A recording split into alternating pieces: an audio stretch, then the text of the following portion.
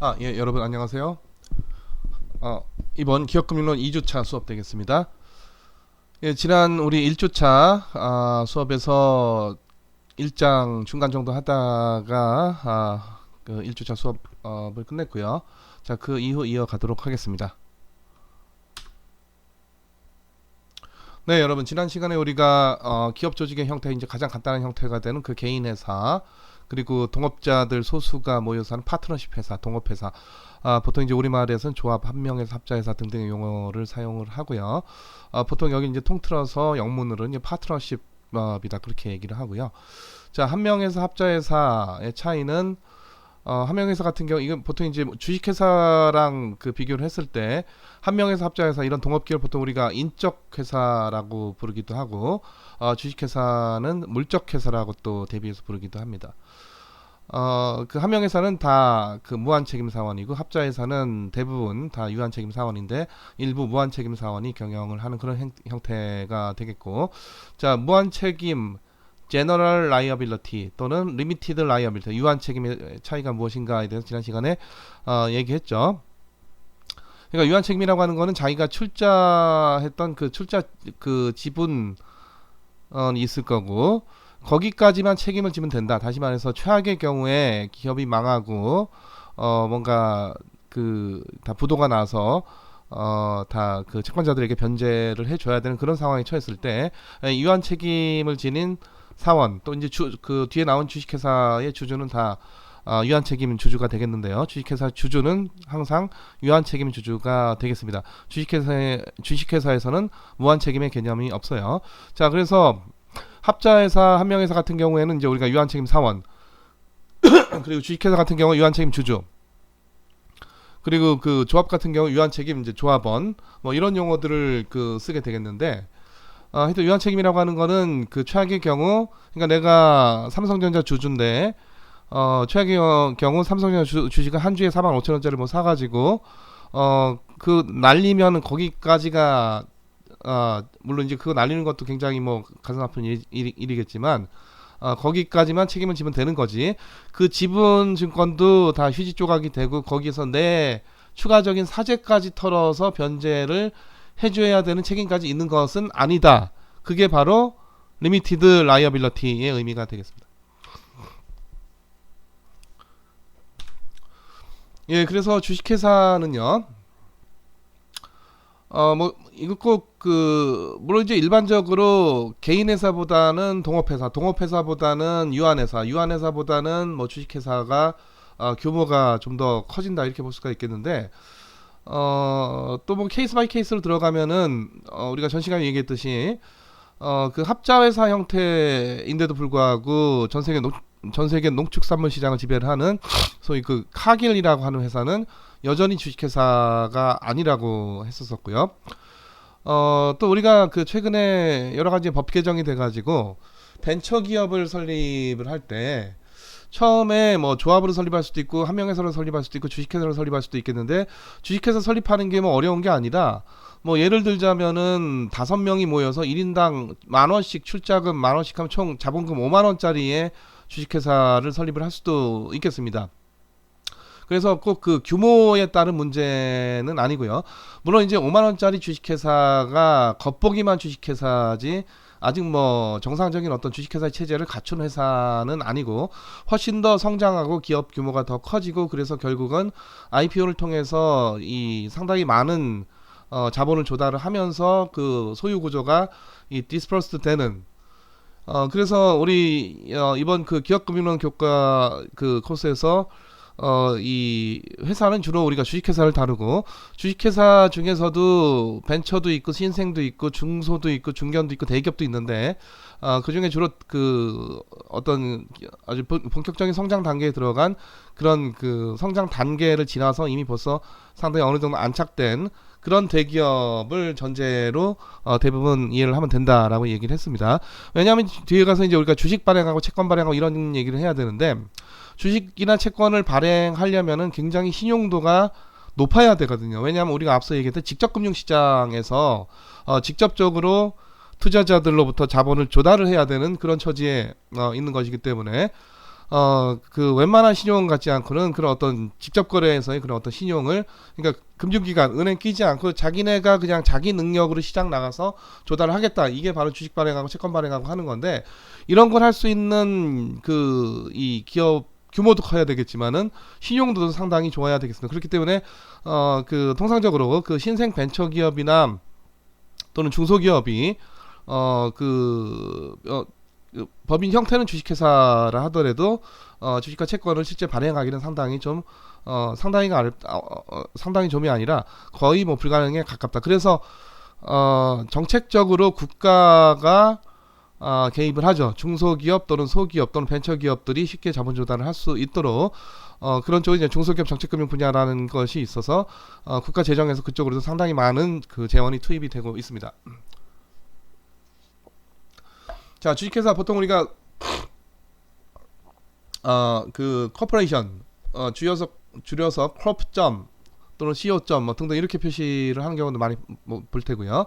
자, 하여튼 현대 자본주의에서 가장 그 발달된 그 특히 그 어떤 인적인 어떤 온정 이게 아니라 순전, 우리 보통 이제 물적 회사라고 하는데 순전히 어떤 그 계약에 따라서 그 이 성립이 된 거죠. 그래서 계약이라고 하는 것은 상당히 그 서로가 모르는 사람들이 만나도 그 계약을 서로 간에 신뢰를 할 수 있을 정도여야 되니까 상당히 그 어떤 서로 간의 그 신용의 깊이가 있어야 되고 상당히 그 사회 구조 자체가 발달되었을 때 나타날 수 있는 그런 기업 형태다라고 볼 수가 있겠습니다. 그래서 그 이 주식회사를 두고 또 인류가 그 발명한 위대한 발명품 중에 하나를 뭐 주식회사로 꼽는 사람들도 있죠. 주식 또는 뭐 주식회사를. 자, 하여튼 현대 자본주의 시스템에서 가장 발달된 기업 형태고 서로 모르는 불특정 다수 사람이 굉장히 많아요. 물론 이제 처음 창업할 때는 한두 명 또는 뭐 많아야 너댓 명, 뭐 더 많으면 10명 정도 이제 창립 그 발기인이 있죠. 주식회사 발기인이 있는데 그때는 뭐 그 불특정 다수가 아니라 그냥 신생 벤처기업 단계에 불과하겠고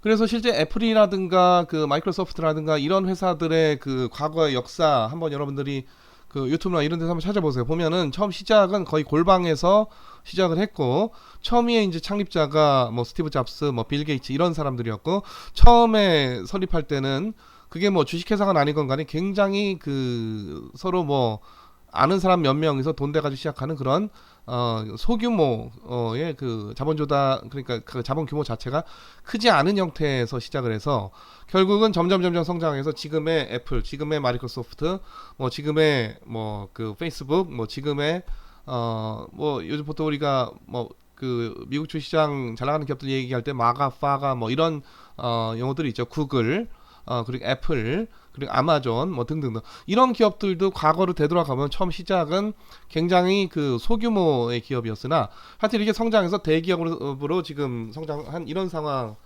이게 바로 자본주의 시스템에서 가능한 거고, 이런 대기업이라고 하는 것은 대규모의 자본이 대자본이 결성이 돼야 된다는 것인데 주식회사 제도가 있기 전에는 이 대자본을 도대체 어떻게 그 결집을 해야 되느냐 에 대해서 뭐 방법이 그 없었던 것이고 이 주식회사가 생겨나면서 불특정 다수의 굉장히 많은 사람들의 그냥 소액, 그러니까 한두 주 투자할 수도 있는 거예요.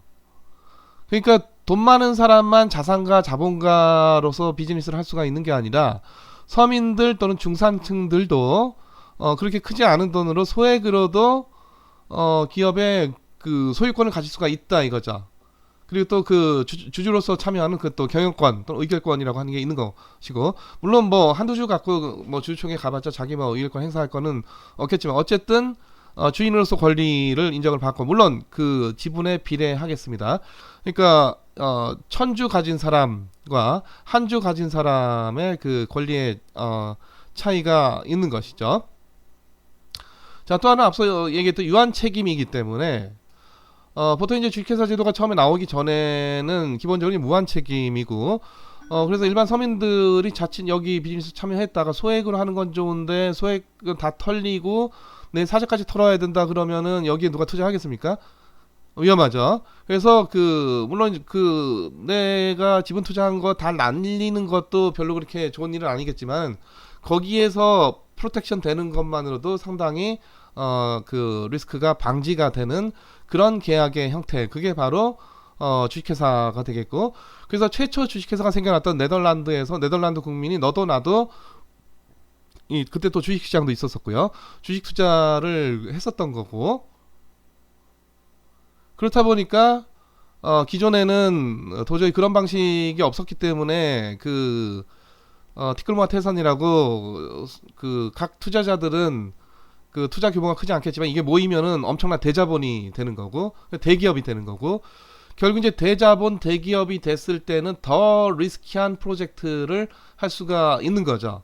지금 우리가 기업들이 항공기를 제작한다, 또는 우주에 우주선을 날린다, 또는 앨런 머스크 같은 게 화성 탐사를 한다, 이런 소규모 기업들이 할 수가 있는 일이 절대 아니에요. 엄청나게 많은 자본이 결집이 됐을 때 백신도 개발이 되는 거고, 바이오 기업도 있는 거고, IT 기업도 있는 거고, 또 구글과 같은 어떤 그런 데이터 사이언스를 바탕으로 한 또 왜냐면 서버를 많이 또 확보를 해야 되니까, 지금 여러분들이 보고 계시는 유튜브도 결국 이제 서버의 문제죠. 등등. 그래서 이런 소기업이나 중소기업은 도저히 할 수가 없는 프로젝트들이 분명히 있어요. 지금도 100층짜리 빌딩 짓는다, 이런 것들은 대기업만 가능하죠. 항만을 건설한다, 대기업만 가능합니다. 그러니까 대규모 자본이 결집됐을 때만 그 리스크를 감내해서 할 수가 있는 그런 비즈니스가 네덜란드에서 최초 시작이 됐던 것이고, 그래서 그 당시에 세계 최대의 동인도 회사가 네덜란드에서 생겨났고, 네덜란드에서 동인도 회사가 기존에 소기업들이 해봤자 배 한 척 갖고 세계를 왔다 갔다 하는 거 했을 텐데, 배 수십 척을 갖고 그때부터 세계를 항해하기 시작을 했던 거죠. 그러면서 네덜란드가 한때 세계 최강국이었었고, 그리고 일본까지 와서 우리 제주 옆으로 또 대한해협 지나서 일본까지 와서 일본하고 교역도 하고, 일본에다가 조총도 팔아먹고, 그리고 어떤 하멜이라는 사람은 난파돼 가지고 제주도에 와가지고 소위 이제 하멜 표류기 이거 썼던 네덜란드잖아요. 그러니까 네덜란드에서의 주식회사와 주식시장 제도가 세계 최초로 있었고, 그것 때문에 다른 나라나 다른 기업들은 도저히 엄두를 내지 못했던, 그 당시로서는 세계 대항해인데, 그것도 한두 척 갖고 하는 게 아니라 수십 척을 갖고 세계 대항해를 하면서 탐험도 할 뿐만 아니라 무역까지 하는, 그래서 여기 중국, 마카오, 일본까지 와가지고 그런 무역까지 하는 그런 비즈니스를 했었단 말이죠. 그게 왜? 주식회사였기 때문에 가능하다. 주식회사 형태로 대자본이 결집이 될 수가 있었다. 대자본이 결집되는 거는 서민층, 중산층 등의 그냥 이 작은 소액의 투자도 가능하다는 것이고, 그리고 소액의 투자도 유한 책임으로서 어느 정도 리스크가 방어가 되는 그런 계약이었던 것이고, 그래서 한때 네덜란드가 스페인이 세계 최강국이기 이전에 지금 축구에서 오렌지 군단이 한때 세계 최강국의 지위를 누렸던 적이 있었던 것이죠.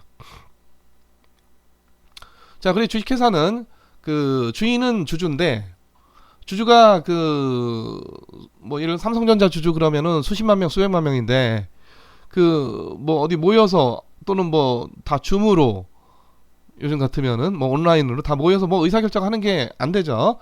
우리 국가도 마찬가지인데, 국민이 주권 가진 국민 주권의 국가이지만 우리 전 국민 5천만 명이 모여가지고 국정 운영에 관한 의사결정을 할 수는 없어요. 그렇기 때문에 우리가 정부가 있고, 정부를 또 대표하는 대통령을 선거를 통해서 또 선출을 하고 이렇듯이, 주식회사에서도 전 주주가 모여가지고 의사결정하는 거는 1년에 딱 한 번, 주주총회, 아주 중요한 사안에 대해서만 하지만 기업은 1년 내내 경영이 돼야 되니까 대표이사 CEO를 주주가 선임을 합니다. 그럼 CEO는 주주 중에서 선임을 할 수도 있고, 아니면은 이 기업을 처음 창업했던 사람에게 네가 그래도 애착이 있고 이 기업을 잘 알 거야 라고 해가지고 CEO를 맡길 수도 있고, 아니면 그 사람이 못하면은 해임시킬 수도 있고, 주주가 아닌 지분 하나도 없는 사람, 이 사람이 경영 잘한다더라 해가지고 또 데려와서 또 이 CEO로 이 선임할 수도 있고, 뭐 그건 뭐 그때그때 케이스 바이 케이스로 다 달라지게 되겠습니다. 하여튼 주주는 그 자기가 직접적인 경영이 전부 다 모여서 하는 게 불가능하기 때문에 경영의 전문성이 있는 소위 경영 전문가로서 CEO를 선임을 하죠. 어디에서? 주총에서. 보통은 그러니까 애플 같은 사례가 굉장히 그 재밌는 사례인데, 처음에 이제 애플 그 창업주가 스티브 잡스였고, 스티브 잡스가 계속 그 기업을 키워왔단 말이에요. 스티브 잡스가 주도해서.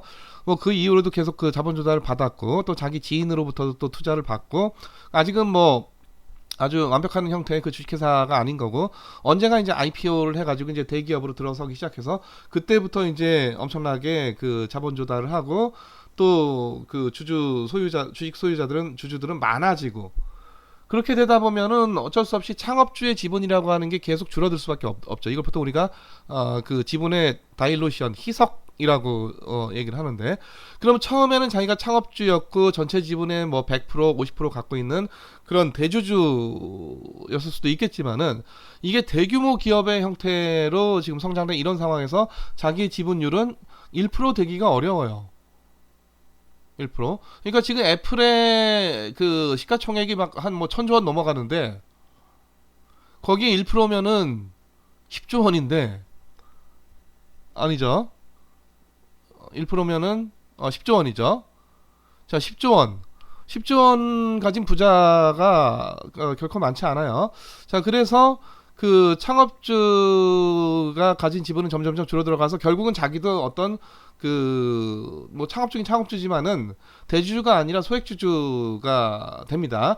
자, 그럼에도 불구하고 이제 주총에서는 그래도 네가 창업을 해서 애착을 갖고 여기까지 키워왔고 네가 가장 잘 알 테니까 네가 CEO를 하는 게 좋겠다라는 의사결정을 하는 경우가 많다. 하지만 항상 그런 건 아니다. 심지어 스티브 잡스도 계속 그 애플의 경영진을 하다가 너 도저히 경영을 너무 못하는 것 같아 해가지고 쫓아낸 적이 있습니다. CEO에서. 그래서 그냥 자기 지분 뭐 소액주주니까 자기 지분을 그대로 유지를 하고, 그리고 그냥 쫓겨난 거죠. 그래서 경영에서 물러나고 그냥 일반 소액주주가 됐을 뿐이고, 그래서 또 누구 다른 사람 데려와가지고 한 10여 년간 경영을 맡겼는데 영 시원찮아서 다시 또 스티브 잡스를 불러들였어요. 아무래도 구간이 명간이 네가 잘하는 것 같다 라고 해가지고.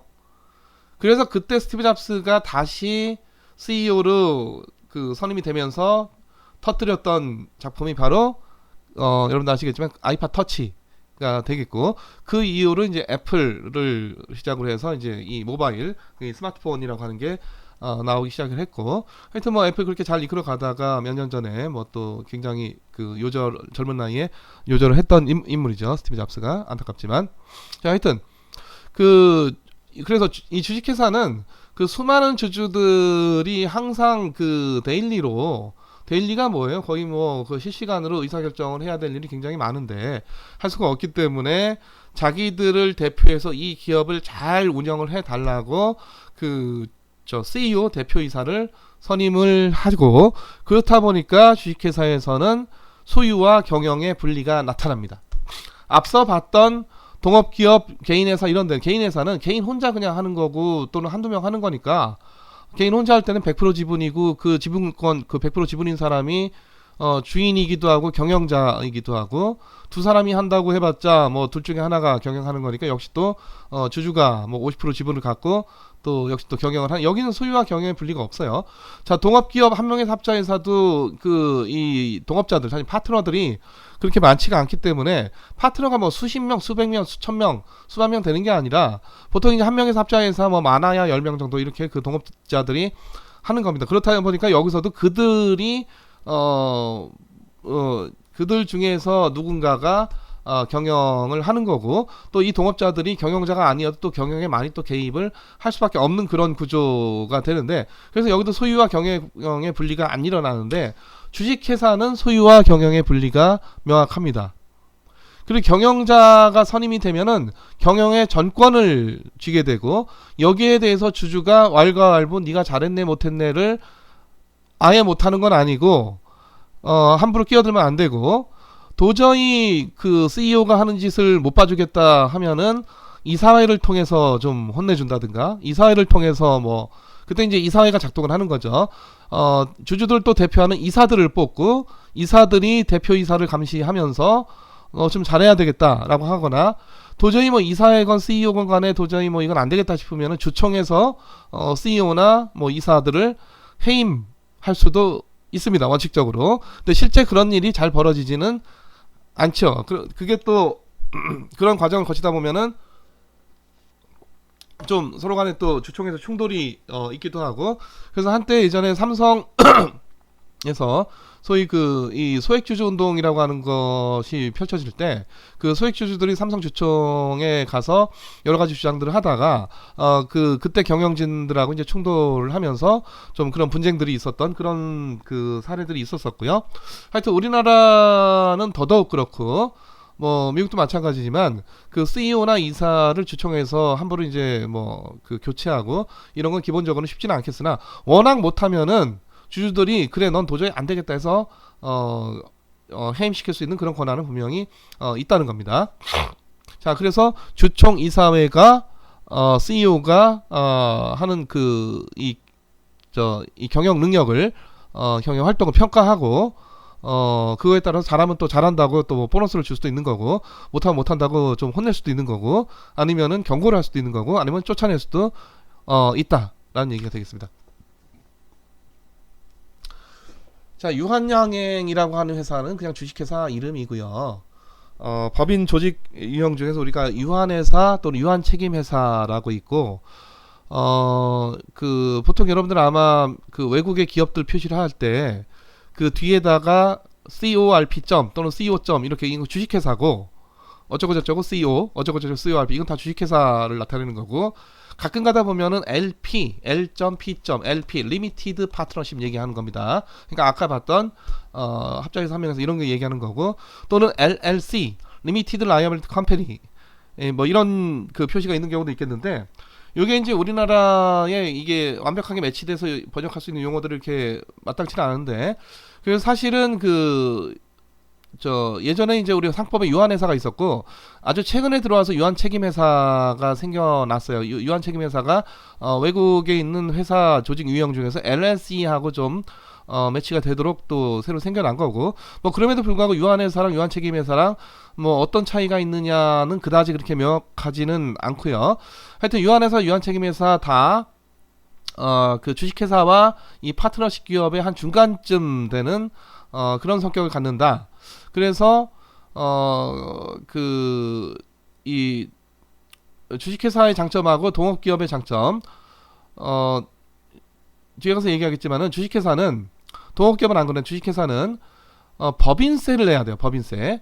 동업기업은 동업기업은 뭐 법인세가 없거나 법인세가 면제되거나 뭐 그런 건데, 이 주식회사는 법인세, 법인 차원에서 한번 내고, 그러니까 주주들 입장에서는 법인에서 한번 내고 자기가 또 배당받을 때 한번 내고 하니까 소위 이제 이중과세가 되는 거예요. 그래서 기업이 남긴 이익에 대해서 주주들, 그 주인들이, 그게 주식회사는 주주, 그리고 합작해서 한 명에서는 보통 사원, 조합은 조합원, 그렇게 얘기를 하는데, 그 주인들이 가져갈 몫이 세금 때문에 줄어드는 거를 또 회피하려고 하다 보니까 그런 경우 이제 동업회사가 유리할 수가 있겠고, 근데 그 동업기업을 하려면은 누군가 또 무한책임 사원을 해야 되는 거니까 또 누가 무한책임 사원을 하겠다고 잘 나서지는 않고, 그러니까 주식회사하고 동업기업이 뭐가 더 좋은가 이거에 대한 이제 또 판단을 하다가 이 파트너십 회사가 주식회사로 바뀐다거나, 또는 주식회사가 비상장사에서 또 보다 공개적인 소위 이제 그 기업 공개라고 IPO, 기업 공개를 통해서 또 상장을 한다거나 뭐 이런 의사결정들을 하게 되는데, 그래서 지금 유한책임에서 유한회사는 주식회사와 동업기업의 중간적인 형태로서 이 양자의 어떤 동시적인 이점을 취하고자 하는 그런 그 법인의 형태다, 이렇게 보시면은 되겠고, 양자의 동시적인 이점이라고 하는 건 일단 유한책임을 갖는다는 거하고 법인세를 내지 않는다라는 것이죠. 자, 다시 이제 우리가 좀 자세히 얘기하면은, 개인회사는요, 일단 사업 그냥 하면 되고, 그냥 개인 사업자 등록만 그냥 하면 돼요. 굉장히 쉬워요. 그래서 정부 규제가 적고, 물론 이제 이것도 민법 상법에 따라서 기본적인 어떤 규제는 받겠지만은, 그냥 사업자 등록 좀 받으면 되는 겁니다. 개인 사업자, 개인 사업자로서. 그리고 이제 기업의 그 개인 회사니까 뭐 기업이라고 하기도 웃긴데 그냥 구멍가게죠. 기업 이윤이 그냥 뭐 이게 1인일 수도 있고 소수일 수도 있고 그 개인 기업 소유주의 이익으로 다 100%다 돌아가게 되는 거고. 자, 이게 법인세를 내지 않기 때문에 이 이익에 대해서는 개인 소득으로 보아서 그 개인 사업자의 소득으로 봐서 개인 소득세가 부과가 되고요. 회사 수명은 이거 개인 사업 하던 사람이 죽으면 끝나는 거죠, 뭐. 근데 주식회사 안 그렇죠. 스티브 잡스가 죽어도 애플은 계속 가는 겁니다. 삼성전자의 그 이건희 회장이 사망해도 그 삼성전자는 계속 가는 거예요. 자, 개인 회사는 그 개인 사업자가 죽으면은 그걸로 끝이죠. 물론 이제 그걸 뭐 그 자손이 또 이어받아서 할 수 있는 뭐 그런 여지도 없지 않아 있을 수 있겠지만은 기본적으로는 수명이 짧다라는 것이고 일반적으로. 그리고 이제 결국은 이제 개인 돈 끌어다가 하는 거기 때문에 그냥 조그매요. 구멍가게. 여기다가 자본을 더 확충하는 것도 한계가 있어요. 왜 개인 돈에는 개인 혼자 하는 거니까 한계가 있을 수밖에 없는 거죠. 내가 뭐 10억의 자산가다 해봤자 10억 이상 내가 돈을 더 넣을 수는 없다. 그래서 기업 규모가 더 성장이 되고 자본을 더 확충해서 뭔가 이 비즈니스 자체를 확대해 나가는 게 굉장히 어렵다라는 거고. 개인 회사는 기본적으로 부도나면은 여기 뭐 지분증권이고 뭐 지분 계약이 있고 뭐 이런 게 아니고요. 기본적으로 무한 책임입니다. 그래서 자기 사재까지 털어서 다 변제를 해줘야 돼. 이게 무슨 얘기냐면은 지금은 뭐 그런 조그만 저 구멍가게가 없지만 아주 옛날에는 뭐 지금도 시골에 가면은 굉장히 시골에 가면 이런 구멍가게가 이렇게 있는데. 여러분, 이 개인 회사가 무한 책임이다라는 거는, 자, 이런 하나의 개인 회사인 한 구멍가게가 있다고 합시다. 개인 사업자가 다 구멍가게는 아닌데, 뭐 편의상 그렇게 얘기를 하도록 할게요. 근데 지금은 그런 데가 많이 없어졌지만은 예전에 보면은 이 가게, 구멍가게가 있고, 자기네가 사는 집이 이렇게 바로 붙어 있는 경우, 그래서 이렇게 문을 들어가면 바로 이제 방이 있는 이런 구멍가게 옛날에는 굉장히 많았거든요. 자, 근데 이런 구멍가게가 부도가 났어요. 자, 부도가 나면은 이제 빚쟁이들이 받을 돈이 있으니까 부도가 났다는 건 누구에게인가 돈을 빌려서 결국은 못 갚았다는 얘기고. 자, 빚쟁이들이 지금 막 찾아왔는데 여러분들 뭐 드라마 같은 데 보면 빚쟁이들이 들어와서 이거 뭐 자기네 거라고 딱지 붙이고 막 그러잖아요.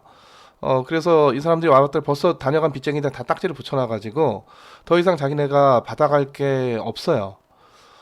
근데 이 사람이 이 방안을 들여다보니까 방 한켠에는 이 캐시가 많이 놓여 있고 또 한쪽에는 어떤 골동품도 있고 한쪽에는 뭐 금도 있고. 자, 그렇다 합시다. 자, 그래서 이 빚쟁이들이 채권자들이죠. 이 가게 주인한테 야, 지금 여기서 이제 가져갈 게 없으니까 네 방에 지금 들어가 있는 거기 돈도 보이고 금도 보이고 뭐 골동품도 보이네. 그걸로 돈 갚아라.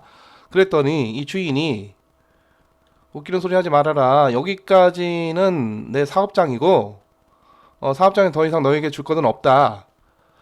그 다음에 여기는 나의 주거지역이기 때문에 이쪽 재산하고 이쪽 재산은 분리가 되고 그 빚을 갚기 위해서 내가 나의 이 사재까지 이 나의 개인 재산까지 쓸 수는 없고 이미 지금 사업장이 빌린 거니까 사업장에서 갚아야 되는데 못 갚으면 그걸로 그냥 디폴트 나오고 끝인 거다. 그냥 그렇게 배째인 걸로 봐라. 뭐 이런 주장을 한단 말이에요. 이게 말이 되냐? 말이 안 되죠. 다시 말해서 지금 사업과 개인의 주거지는 분명히 뭐 우리가 물리적으로 구분할 수는 있겠는데 법적으로는 이 개인 사업자가 뭐기 때문에 이 무한 책임이기 때문에 자기 사업장에서 갚을 어떤 재원이 다 동났다 하더라도 자신의 사재까지 털어가지고 갚아줘야 되는 것이 의무가 되겠습니다.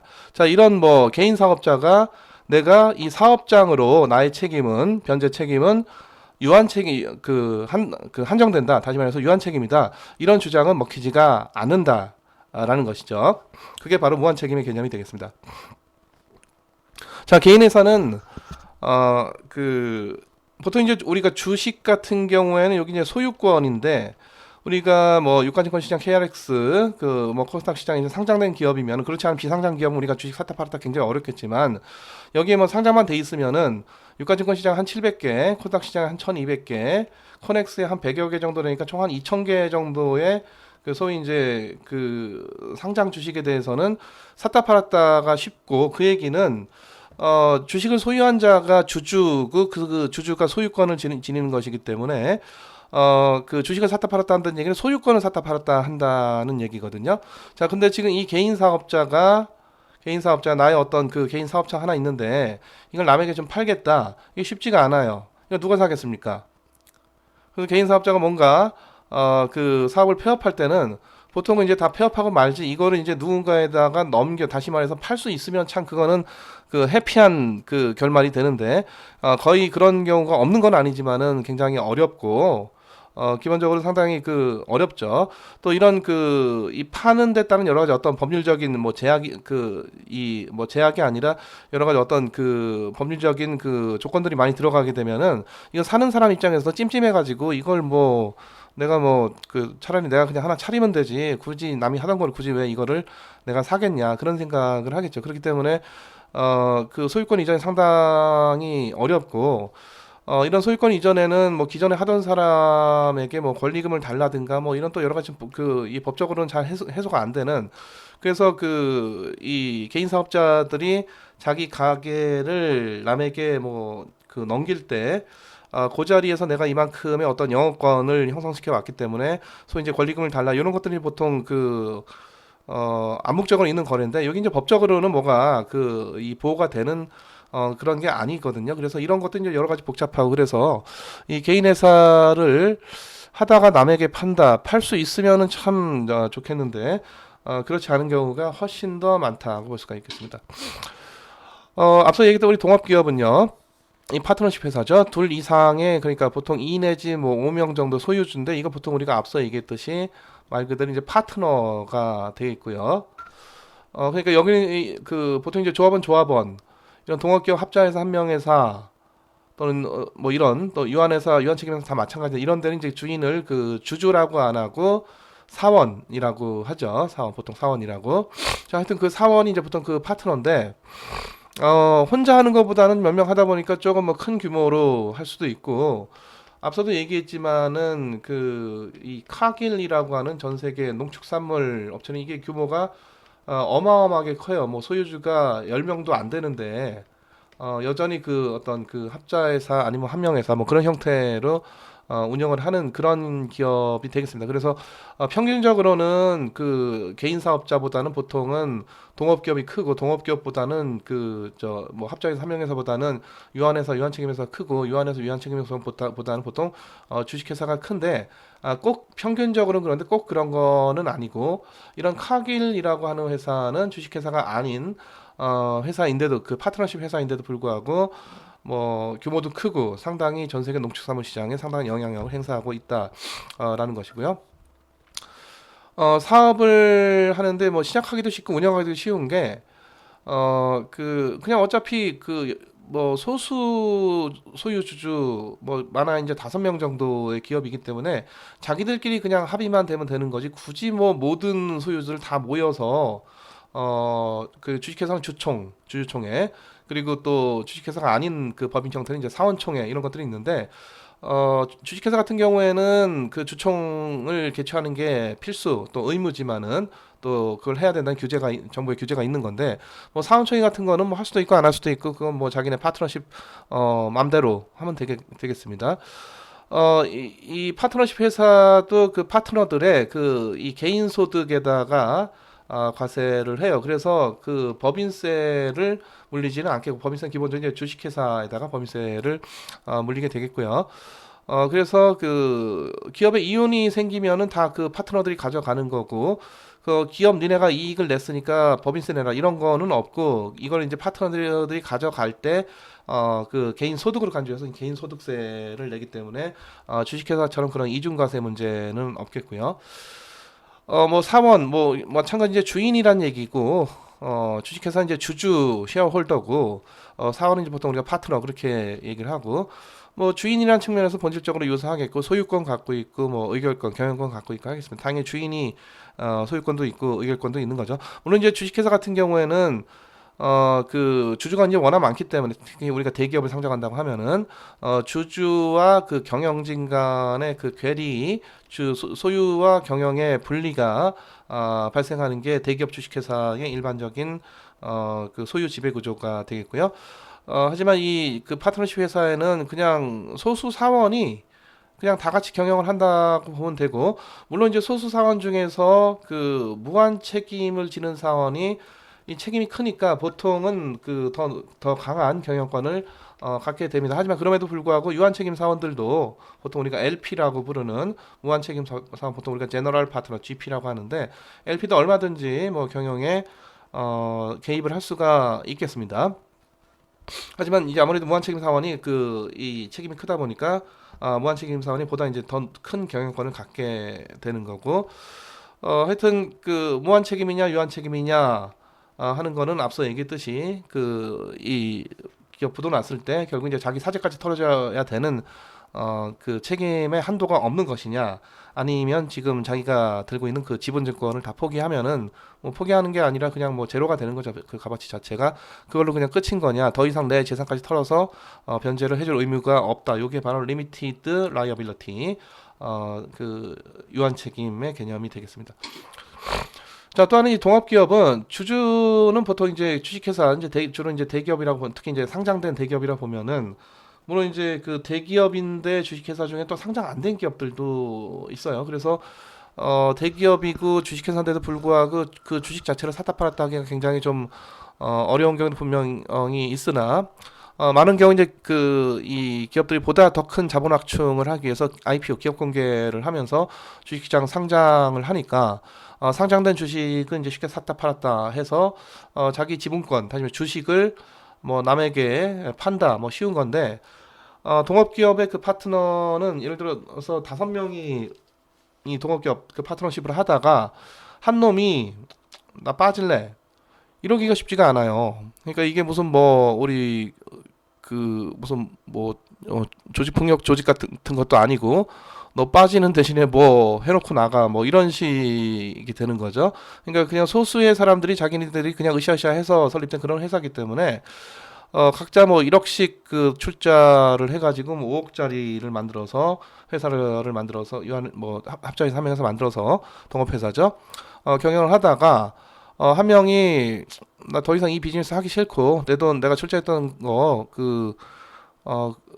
뭐 이제 얼마로 가져갈 거냐, 이게 문제, 그것도 문제죠. 왜냐면 처음 출자할 때는 1억 원이었는데 이 기업이 그거보다 성장을 했으면은 각 지분 가치가 1억 원보다는 이제 높게 될 거고, 그래서 그 네가 나가는 건 좋은데 얼마를 받아서 나갈 거냐, 이 문제도 어렵고, 그럼 너 나가니까 그 자본이 빵꾸 나니까 그 자본 메꿔놓고 나가라, 이것도 이제 쉬운 얘기가 아니죠. 그래서 이 사람이 나 대신 얘를 하라, 누구 데려왔는데 다른 4명이 나 얘는 못 믿겠다, 뭐 이런 여러 가지 복잡한 문제들이 발생할 수밖에 없기 때문에 이 파트너가 자기 소유권 팔고 그 지분증권, 상원으로서의 그 지분증권을 팔고 나 여기서 나가겠다, 이게 굉장히 어렵고요. 그리고 이제 자본 확충이 어렵다는 거는 5명 혼자 하는 것보다는, 혼자 개인 사업하는 것보다는 5명이 모여서 하는 게 보다 자본 확충의 가능성이 뭐 곱하기 5배가 있을 수 있겠지만, 5명이 모아봤자 얼마나 모으겠습니까? 전 세계 무슨 뭐 그 예를 들어 10조 원 있다 이런 사람들은 엄청난 갑부고 전 세계 몇 명 되지도 않아요. 자, 근데 뭐 기업이 지금 보면 뭐 300조 원, 500조 원, 애플 같은 게 1000조 원 넘어가고 있습니다. 그 기업 가치가.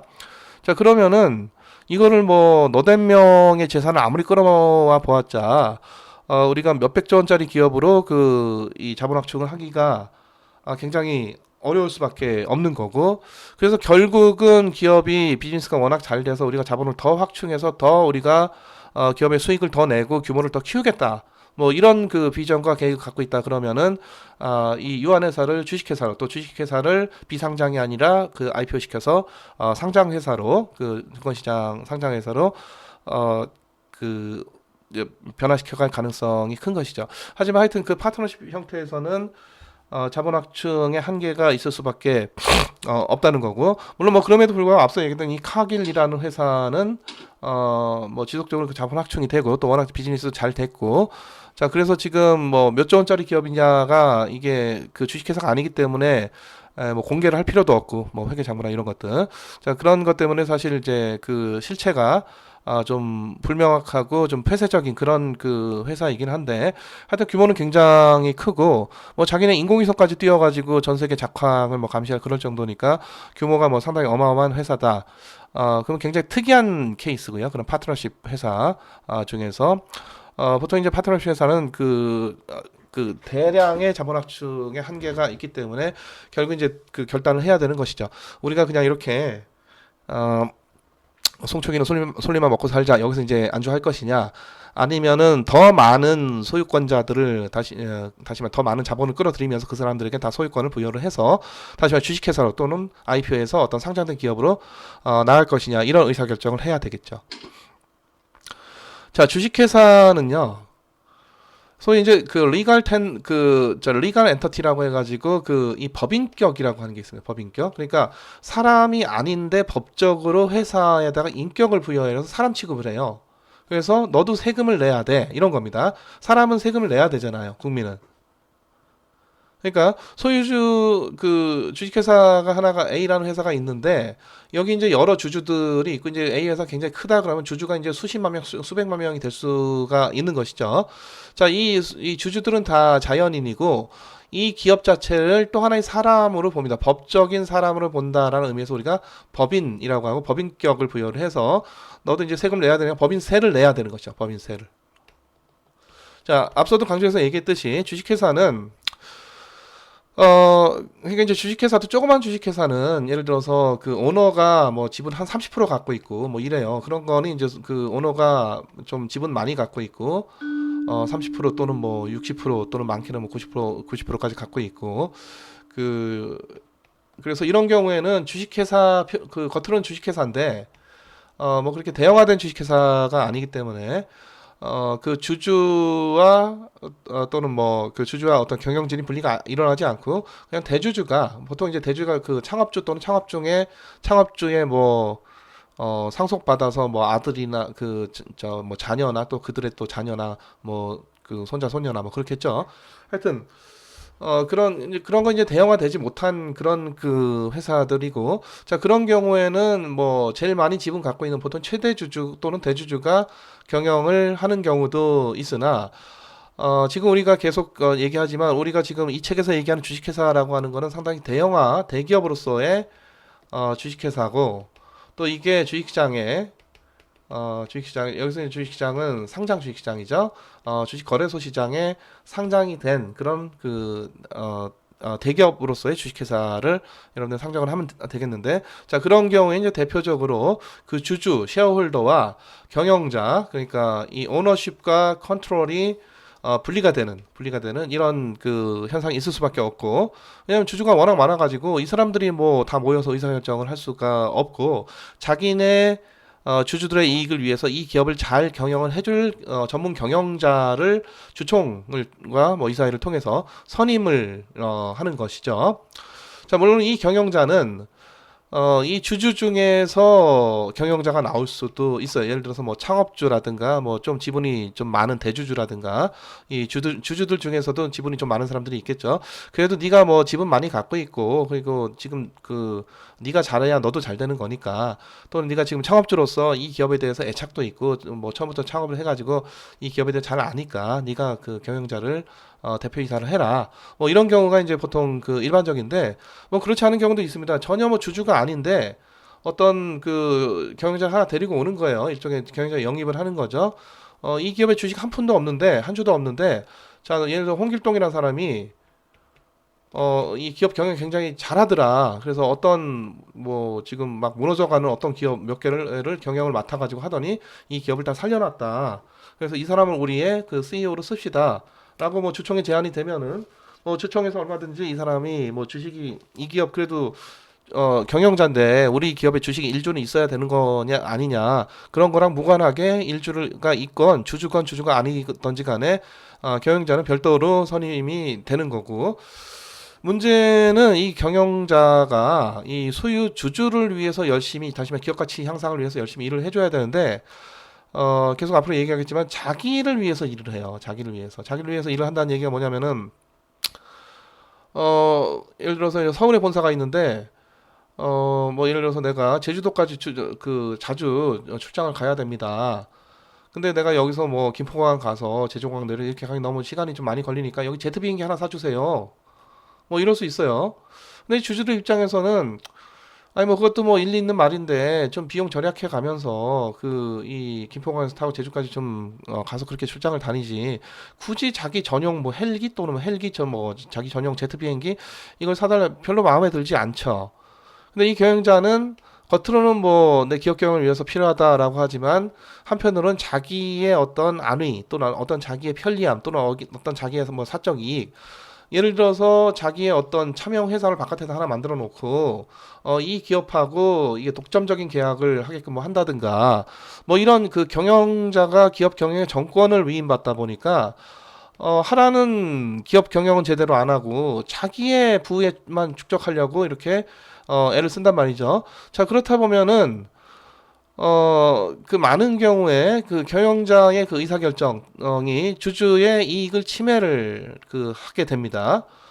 요게 이제 바로 이 에이전시 커스트, 대리인 비용이라는 그 개념이 되겠는데, 그래서 그 경영자가 원래 주주들이 선임할 때 뜻이 뭐냐면은 우리 그 기업을 위해서, 우리 주주들의 이익을 위해서 열심히 이 기업을 경영해 달라라고 하는 차원에서 경영 정권을 위임을 했더니 하나는 기업 경영 안 하고 지 살궁리만 하고 있는 거죠. 그래서 뭐 자기 집무실이 뭐 좁다고 100평으로 넓혀달라고 하고 자기 집무실에 여기다가 이게 대리석 깔아달라고 하고 자기 집무실에서 골프 연습해야 된다고 골프장 만들어 달라고 하고 제트 비행기 만들어 달라고 하고 그리고 뭐 자기 차명 회사 만들어 가지고 이쪽으로 막 뭐 회사 물건 이제 사는데 굉장히 비싸게 사고 얼토당토않게 뭐 이런 여러 가지 어떤 그 경영자가 왜냐하면 이 경영자가 합리적인 인간이기 때문에 그래요. 못돼 처먹어서가 아니라 자 우리는 그 경제학에서는 예를 들어 도덕과 윤리 이런 건 다루지 않아요.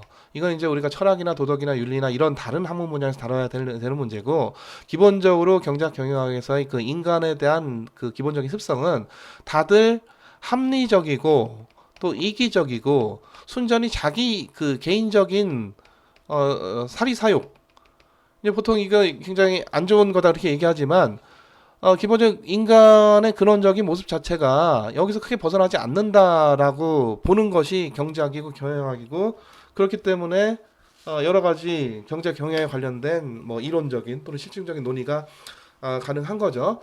만약에 경영자가 윤리적으로 옳은 사람을 뽑아야 돼 이러면은 참 대책 없는 얘기입니다. 윤리적으로 옳은 사람이 누군지를 우리가 어떻게 알 것이며 뭐 아니면은 경영자가 그 주주의 이익을 침해하지 않도록 계속 윤리 교육, 뭐 도덕 교육을 시켜야 됩니다.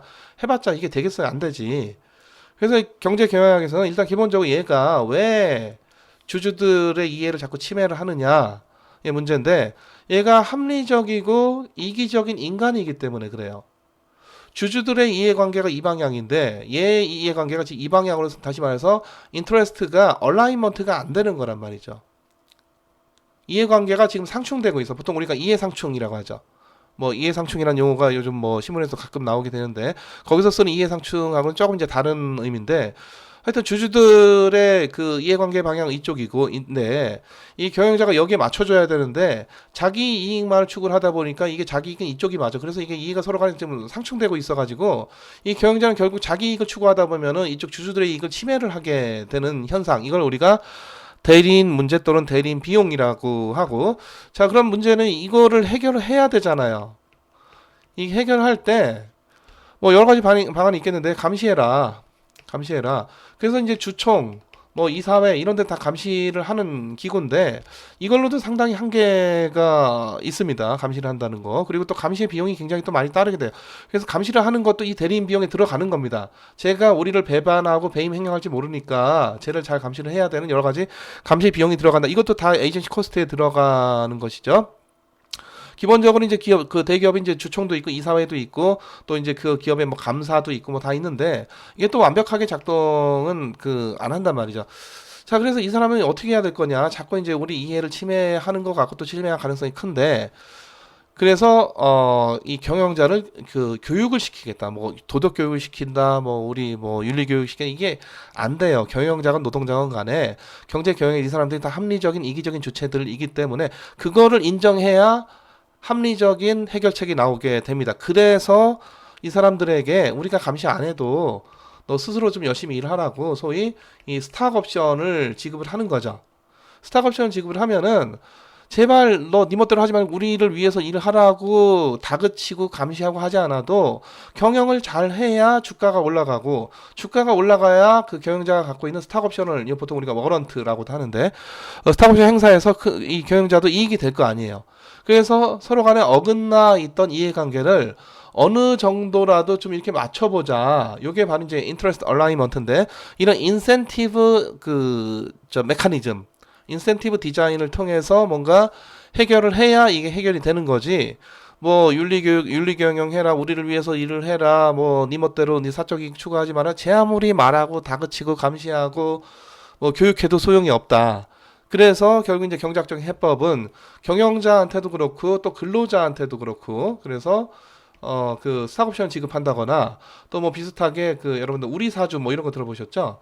우리 사주. 그래서 네가 잘하면은 그 우리 사주 이건 네가 매입한 우리 사주가 가치가 높아질 거니까 근로자든 경영자든 주주들이 그 뭐 다그치고 감시하지 않아도 알아서 스스로 다시 말해 얘들도 합리적인 인간이기 때문에 자기 이익되는 방향으로 그 하려면은 우리 사주의 가치 또는 그 스탁옵션의 가치를 높이는 방향으로 일을 해야 될 거고 그게 바로 주주들의 이해관계에 맞아 떨어지게 되는 것이죠. 이게 바로 보통 우리가 인센티브 디자인 또는 그 이 인터레스트 얼라이먼트라고 합니다.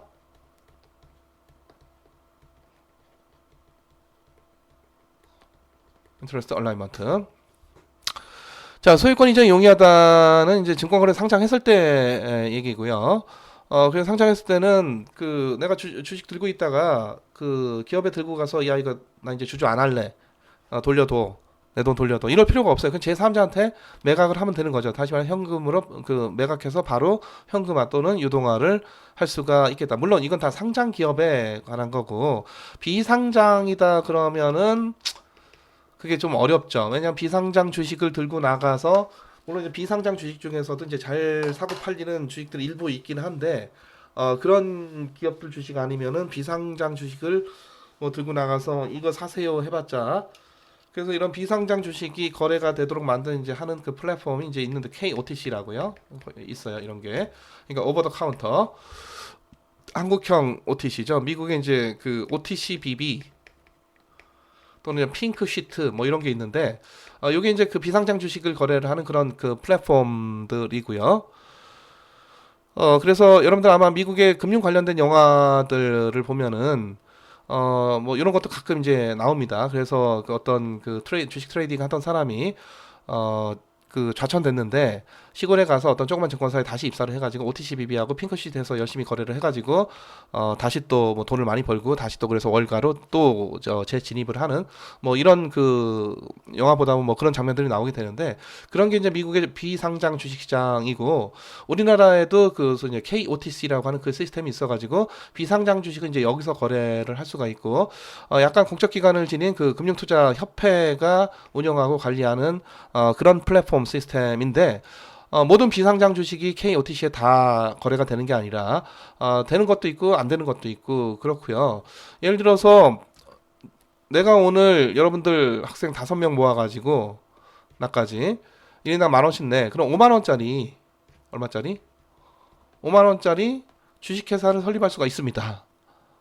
그럼 이제 그 각자 그 1주씩 갖게 되면은 이제 그 주당 액면가는 이제 뭐 예를 들어서 10,000원이다 뭐 이렇게 되는 거고 이거 들고 어디 가서 팔겠습니까? 이건 뭐 KOTC에 갖다 놓을 수도 없고 이걸 뭐 우리가 유가증권시장 코스닥시장 상장한다 말이 안 되는 거죠.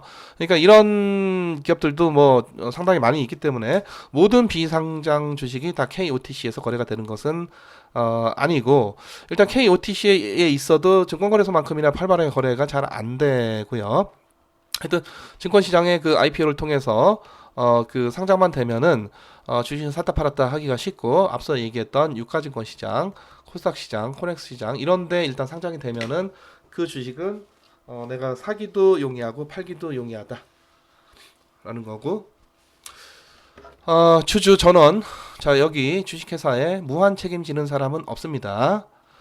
주주 전원 유한 책임이고, 경영자는 그냥 뭐, 경영자, 우리 합작회사 한 명회사 같은 경우에는 경영자가 GP였죠. 무한 책임.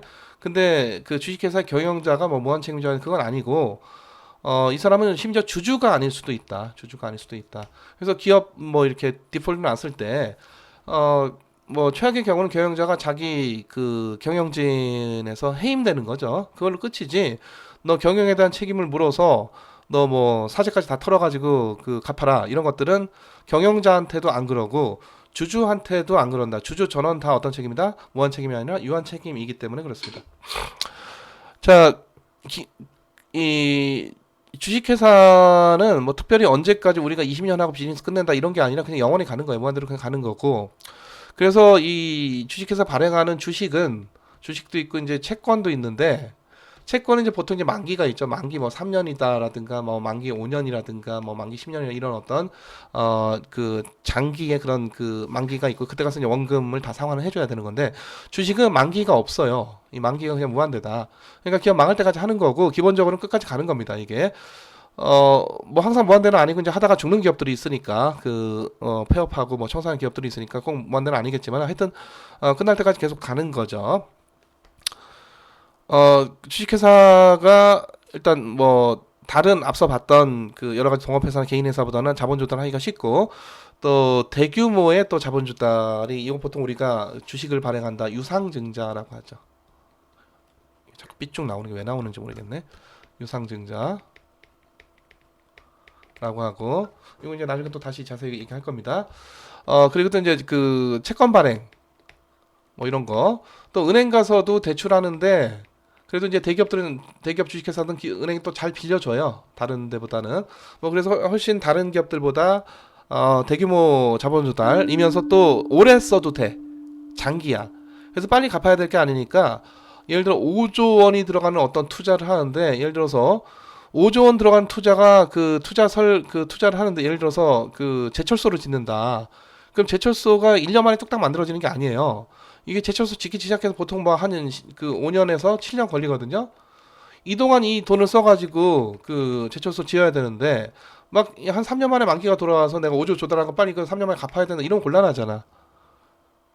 내가 계속 5년, 7년 그리고 그 이후까지 계속 이 돈을 쓸 수가 있어야 되고 그래서 만기가 없습니다. 주식 만기가 없고 계속 쓰는 거고 주주가 앞서 얘기했듯이 나 이게 주인 그만할래. 주주 그만할래. 내 돈 돌려도 할 필요가 없이 그 상장돼 있으면 그거 그냥 시장 갖다 팔면 되는 거. 주식시장 갖다 팔면 되는 거니까 뭐 기업이 이 주식을 다시 자기가 소위 이제 환매 또 이제 자사주 매입 뭐 필요에 따라서 자사주 매입하는 경우도 있겠지만은 자기가 지금 그 이 돈을 써야 되면은 계속 이 돈을 쓸 수가 있는 거죠. 근데 만약에 그 투자는 한 5에서 7년 걸리는데 3년 만기 채권을 발행했다. 이러면 이건 굉장히 곤란하지 이런 것들은. 자, 그럴 필요가 없는 것이 바로 주식 발행이고 주식 발행하는 거는 또 주식회사의 특성이 되겠고요. 자, 앞서 얘기했던 이중과세 주식회사 굉장히 중요한데 기업에서 이익이 나도 너는 인간이니까 법인이니까 세금을 내 이런 거죠. 그 이제 법인세가 있고 그럼 법인세까지 이제 뒤에 가서 계속 얘기하지 매출이 있고요. 매출에서 매출 원가 빼면 이제 보통 우리가 에비트라고 해서 이제 대충 이제 영업이익하고 대략 비슷하고 자 에비트에서 그 채권자들한테 이자나 원금 이런 거 줘야 되고 국가에 또 세금 내야 되고 이거 이제 다 내면은 그야말로 이제 그게 순이익이 되겠습니다. 순이익 보통 우리가 당기 순이익이라고 또 많이 부르죠. 자 순이익이 결국 이제 누구 거다? 앞에 거 이제 줄 거 다 주고 여기 줄 거 다 주고 이게 이제 바로 주주 몫이 되는데 주총을 통해서 순이익을 전부 다 주주한테 이제 배당을 할 것이냐, 아니면 순이익 중에 일부는 사내 유보하고 이 나머지만은 또 배당을 할 것이냐, 이런 의사결정을 어디서 또 주총에서 해야 되는 것이죠. 자, 하여튼 그래서 이 주주에게 이제 법인세 내고 당기 순이익은 결국 이제 주주의 몫인데 사내 유보하는 거에 대해서는 세금을 안 매기지만 물론 요거에 대해서 사내 유보를 너무 많이 하면은 여기에 또 법인세를 부과하겠다라고 하는 그 한 7, 8년 전에 소위 기업 소득 환류 세제 왜냐하면 이 기업들이 자꾸 돈을 쌓아 놓으니까 이네 그렇게 할 거면은 차라리 배당을 해라. 그럼 주주들이 이 돈 받아가지고 이제 소비를 좀 더 많이 하지 않겠는, 그래 경기 침체를 좀 더 탈피하는 차원에서 한 7, 8년 전에 그 기업들의 좀 배당을 좀 많이 유도하려는 그런 정책을 시작을 했고, 지금도 아마 그걸 시행을 하고 있습니다. 그래서 원칙적으로는 이 산에 유보하는 거에 대해서는 이 텍스가 또 들어가면 안 되겠지만은 그 특수한 제도는 여기다 또 텍스를 부과를 하겠다는 거죠. 그걸 통해서 이제 배당을 더 많이 하게끔 하겠다, 뭐 그런 거를 유도했던 정책인데 그 정책이 그렇게 뭐 효과성은 없었습니다. 자, 어찌 됐든 이 기업은 법인세 일단 냈고 이 순이익이 주주 거고, 이게 이제 일부 사내 유보시키고 나머지는 배당으로 디비덴드, 배당을 이제 주주가 가져가게 되는데, 이 배당에 대해서 그 소득세를 내요. 개인 소득세, 배당 소득에 대해서. 어, 자, 그리고 이제 세금이라고 하는 게 굉장히 재밌는 게, 그러니까 주주는 이중과세의 부담을 갖게 되는 거죠. 자, 그래서 지금 이 배당으로 가져갈 때도 여기다 텍세이션을 하는데, 이 사람이 배당으로 가져가서 요게 이제 자기의 부로 축적이 되겠죠. 그래서 자기가 만약에 부로 계속 축적이 된 게 이제 축적된 형태가 뭐 부동산일 수도 있고, 뭐 그 예적금일 수도 있고, 뭐 주식 들고 있을 수도 있고, 근데 여기에 또 과세를 하죠. 이게 보통 이제 재산세. 그래서 따지고 보면은, 그리고 올해도 재산세 내야 되고 내년도 재산세 내야 되고 내후년도 재산세 내야 되고 뭐 이런 거니까 뭐 계속 세금이에요. 사실은 그 이 법인 차원에서 세금 한 번 맞고, 이 소득으로 가져갈 때 그때 또 소득세가 그 내야 되고, 결국 이제 지금 갖고 있는 어떤 부라고 하는 거는 나 기존의 소득에 따라서 형성이 된 건데, 내가 소득 그 수치를 할 때 분명히 세금 냈는데 이 부에 대해서 또 세금을 내야 되는 게 여기 이제 재산세고, 이게 이제 해마다 내게 되는 것이죠. 자, 이제 주식회사 쪽에 이제 여러 가지 그 주주에 관련된 또는 경영자에 관련된 여러 가지 용어들이 있는데, 요게 이제 막 그 좀 어떻게 보면 상당히 좀 헷갈리게 사용되는 그런 용어들이 되겠습니다. 그래서 여러분들이 그 의미들을 좀 잘 파악을 하고 있어야 되고요. 자, 하나씩 봅시다. 창업주는 그 하여튼 말 그대로 그 회사를 최초로 설립한 사람이에요. 창업주. 예를 들어 우리가 그 스티브 잡스가 애플을 그 설립한 창업주고, 빌 게이츠가 마이크로소프트를 창업한 창업주고, 지금 최근에 그 사망하신 이건희 회장의 그 아버지 이병철 회장이 삼성그룹의 또 창업주고. 자, 그런 게 이제 창업주고요. 창업주. 자, 근데 이 창업주는 처음에는 내가 창업을 했으니까 내가 지분 100% 또는 뭐 50% 누구 잠깐 끼워서 같이 했으면은 뭐 그런 주주겠지만, 절대적인 지배 주주이자, 근데 뭐 조그만 기업이 작을 때 얘기고, 자기가 소유권 대부분 다 갖고 있는 건데, 이게 이제 계속 자본 확충을 하면서 이제 기업이 계속 커지게 되면은, 삼성전자 지금 자산이 300조, 애플 자산이 지금 1000조, 시가총액이 삼성이 한 300조 넘죠. 애플도 한번 그 시가총액 1000조 넘고, 이쯤 되면은 제 아무리 창업주도 물론 이제 자기가 갖고 있던 지분이 계속 지분 가치가 커지긴 하겠지만은, 그거보다는 훨씬 더 자본 확충을 더 많이 하기 때문에, 처음에는 뭐 예를 들어서 내 100% 지분을 들고 있다가 누구 한 놈 들어와서 그 반반 내면은 50%가 될 거고, 계속 이제 이게 그 대기업 형태로 이제 커지게 되면은 뭐 IPO까지 해가지고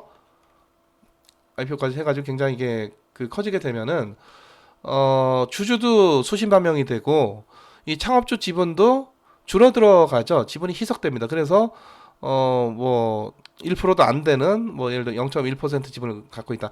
물론 뭐 워낙 대기업인데 0.1% 지분 갖고 있다는 것만으로도 엄청난 게 많이 갖고 있는 건데, 하여튼 굉장히 그 지분 자체가 줄어들어 가게 됩니다. 그래서 지금 예를 들어서 우리 삼성전자, 여기 이제 지배권을 소위 이제 그 이건희 회장의 그 자녀인 그 이재용 부회장이 지금 이제 갖고 있게 그 경영권을 갖고 있는데, 지금 그 이재용 부회장뿐만 아니라 여기 이제 그 패밀리가 이 삼성전자에 대해서 어느 정도 지분을 갖고 있느냐, 이런 거 이제 다 따져 보면은 보통 한 1%가 안 돼요. 굉장히 이제 처음에 설립할 때야 이병철 회장이 설립할 때 100% 지분을 갖고 있었지만은 그로부터 거의 한 뭐 지금 100여 년간 아니지만 이제 7, 80년 된 그 삼성그룹 삼성전자 포함해가지고 그래서 지금 경영권을 가진 그 이재용 그 부회장 일가 또는 이제 최근에 돌아가신 그 이건희 회장 그 일가까지 다 포함해서 지분을 계산을 해보면은 1%가 안 되고 삼성전자에 대해서 그렇고 삼성그룹 전체에 대해서 그렇고요. 근데 조금 있으면 또 그 상속세까지 내야 되니까 그 이 지분율은 더 줄어들 가능성이 있겠습니다. 그럼 삼성전자의 최대 주주는 누구냐면은 자, 삼성전자의 최대 주주가 뭐냐면은 주주 중에 지분 제일 많이 갖고 있는 놈. 그게 누구냐면 잘 모르는 사람들은 당연히 이건희 회장 일가 및 그 아들인 이재용 부회장이 갖고 있는 거 아니냐 이렇게 잘못 생각하고 있지만 삼성전자 최대 주주는 5%를 갖고 있으면 삼성전자 5%가 어마어마하게 갖고 있는 거죠. 누가? 국민연금이 갖고 있어요. 국민연금이. 자, 최대 주주라고 해서 반드시 경영을 하는 건 아닙니다. 자기가 뭐 굳이 경영을 하겠다라고 하면 자기 지분권을 행사를 해가지고 지금 CEO를 교체를 하고 국민연금을 해서 파견한 누군가가 뭐 예를 들어서 경영을 하겠다 이런 것도 할 수 있는데 지금 이제 이런 공적 연기금들이 이렇게 적극적으로 어떤 의결권 또는 경영권을 행사하는 거에 대해서 여러 가지 논쟁들이 많고 이거 뭐 경영에 참여는 고사하고 뭐 소위 이제 최근에 와서 스튜어드십 코드라고 조금 더 기업을 빡빡하게 우리가 그 주총해서 역할을 하겠다. 이런 거에 대해서조차도 상당히 또 비난의 그 의견들이 적지 않기 때문에 국민연금이 사실 그 5%의 최대 주주인데도 불구하고 삼성전자에 대해서 의결권은 거의 사실상 쓰지 않고 있는 것이고 그래서 삼성전자 및 삼성그룹의 경영권자는 뭐 경영권자 누가 또 뭐 딱 그 법적으로 정해진 건 아니지만 누구나 다 지금 지금 돌아가신 이건희 회장 일가 및 이재용 부회장 여기서 이제 그 경영권을 갖고 있다라고 하죠. 국민연금이 경영권 갖고 있지 않습니다. 하지만 최대 주주는 누구다? 국민연금이 5% 갖고 있어요. 자, 이 컨트롤링 쉐어홀더라고 해가지고 이 지배주주라는 용어도 있는데 이거는 대주주이면서 지배를 하는 경우도 있고 아까처럼 1%도 안 되는 지분을 갖고 있는데도 불구하고 그게 이제 그 우리나라 이 소위 이제 그 재벌 그룹 또 이제 그 대규모 기업 집단 그러니까 어떻게 1% 지분을 갖고도 엄청나게 한 60개씩 그 계열사가 있는 전체 그룹을 다 지배를 할 수가 있겠느냐 뭐 이런 건데 그걸 이제 가능하게 하기 위해서 여러 가지 계열사들 간의 이런 아주 복잡한 그런 출자 관계들을 형성을 하고 있는 거고 예전에는 이제 순환 출자라고 해가지고 이렇게 뭐 이렇게 그러니까 지금 A가 B에다가 출자하고 B가 A에다 다시 출자하면은 들어간 돈은 없어요. 왜냐면 들어간 돈 다시 받는 거기 때문에. 근데 A가 B에 대해서 10% 갖고 있고 B가 A에 대해서 10% 갖고 이걸 보통 우리가 상호 출자라고 하는데 상호 출자는 기본적으로 금지입니다. 금지고. 근데 과거에 뭐가 되냐? A가 B에다 출자를 하고 B가 C에다 출자를 하고 C가 다시 A에다 출자를 하면은 이게 상호 출자의 확장판이죠. 돈 들어간 건 없습니다. 그럼에도 불구하고 A는 B에 대해서 10%, B는 C에 대해서 또 뭐 10%, C는 A에 대해서 또 10% 지분을 갖게 되는 돈 들어간 거라고. 이 보통 우리가 그래서 가공자본이다. 그렇게 얘기를 했었었는데, 근데 최근에 와서는 이 순환출자를 없애라고 계속 그 정부에서 요구를 해가지고 순환출자는 다 주요 대기업에 대해서는 이제 없어진 그 상태인데, 그럼에도 불구하고 그 그룹 내에서 지배권을 이 공고히 하기 위한 여러 이제 복잡한 출자 관계들이 있게 되는 거고, 그래서 그런 그 출자 관계에서 그 적은 지분이지만 그룹 전체를 다 지배를 하는 굉장히 이 한국적인 좀 굉장히 특이한 그런 현상이 있는 거죠. 자, 그런 경우에 그렇게 지분은 대주주는 아닌데 전체를 다 지배한다, 컨트롤링한다, 경영한다라는 의미에서 지배 소수주주다 이런 용어도 있고요. 자, 대주주는 그냥 대충 이제 뭐 대주주가 그냥 일반적인 의미에서 대주주도 있고 세법상의 대주주도 있고 자본시장법상의 이제 대주주도 있고 여러 가지 대주주의 의미가 있겠는데 그 기준은 좀 다릅니다. 하여튼 주식 많이 들고 있고 지분 꽤 많이 들고 있는 사람을 대충 우리가 대주주라고 하는 거고 중소기업 같은 경우에는 대주주 또는 대주주가 곧 최대주주고 최대주주가 곧 경영진이고 뭐 그렇겠지만은 대기업에서는 최대주주인 국민연금도 경영권 행사를 안 하는데 최대주주보다 적게 들고 있는 대주주는 경영권 행사할 수도 있고 안 할 수도 있고 뭐 그런 거죠. 그래서 대주주가 꼭 경영을 한다 이거는 아니고요. 자, 경영자나 CEO 이 경우는 앞서도 얘기했듯이 지분이 제로여도 돼. 이 경우는 지분이 없어도 네가 워낙 이 기업을 잘 경영할 것 같아라고 주주들이 판단을 한다면은 이 사람을 데려다가 얼마든지 경영자로 그 선임을 하고 거기에 대해서 이제 그 꽤 많은 연봉도 지급을 하죠. 뭐 적게는 큰 기업들은 이제 보면 2억, 뭐 많게는 10억, 또 거기 성과급, 거기다 스탁 옵션, 거기다 뭐 기사 주고 차도 주고 뭐 등등등 뭐 이런 자 이런 그 경영자인데 경영자는 뭐 주식 들고 있으면은 자기 회사이기도 하니까 더 열심히 하려고 하는 그런 인센티브 얼라이먼트가 좀 되겠지만은 원칙적으로 꼭 주식을 들고 있어야 그 기업의 경영자가 된다 그런 건 아니고요. 물론 이제 주총에서 경영자 선임해놓고 야 그래도 지분 제로로 경영을 하냐, 네 돈 좀 되는 대로 주식 사는 좀 성의를 보여라. 적어도 0.01%는 좀 갖고 있어라. 뭐 이런 뭐 요구를 하면은 할 수도 있는 거고. 어쨌든 하여튼 경영자 또는 이제 CEO는 일단은 소유와 경영이 분리되는 주식회사에서 요건 이제 별도의 개념이 되는 거고요. 소수주주 또는 이제 소액주주라는 개념이 있죠. 이건 뭐 예를 들어 내가 삼성전자 주식을 한 주 들고 있다, 10주 들고 있다, 100주 들고 있다.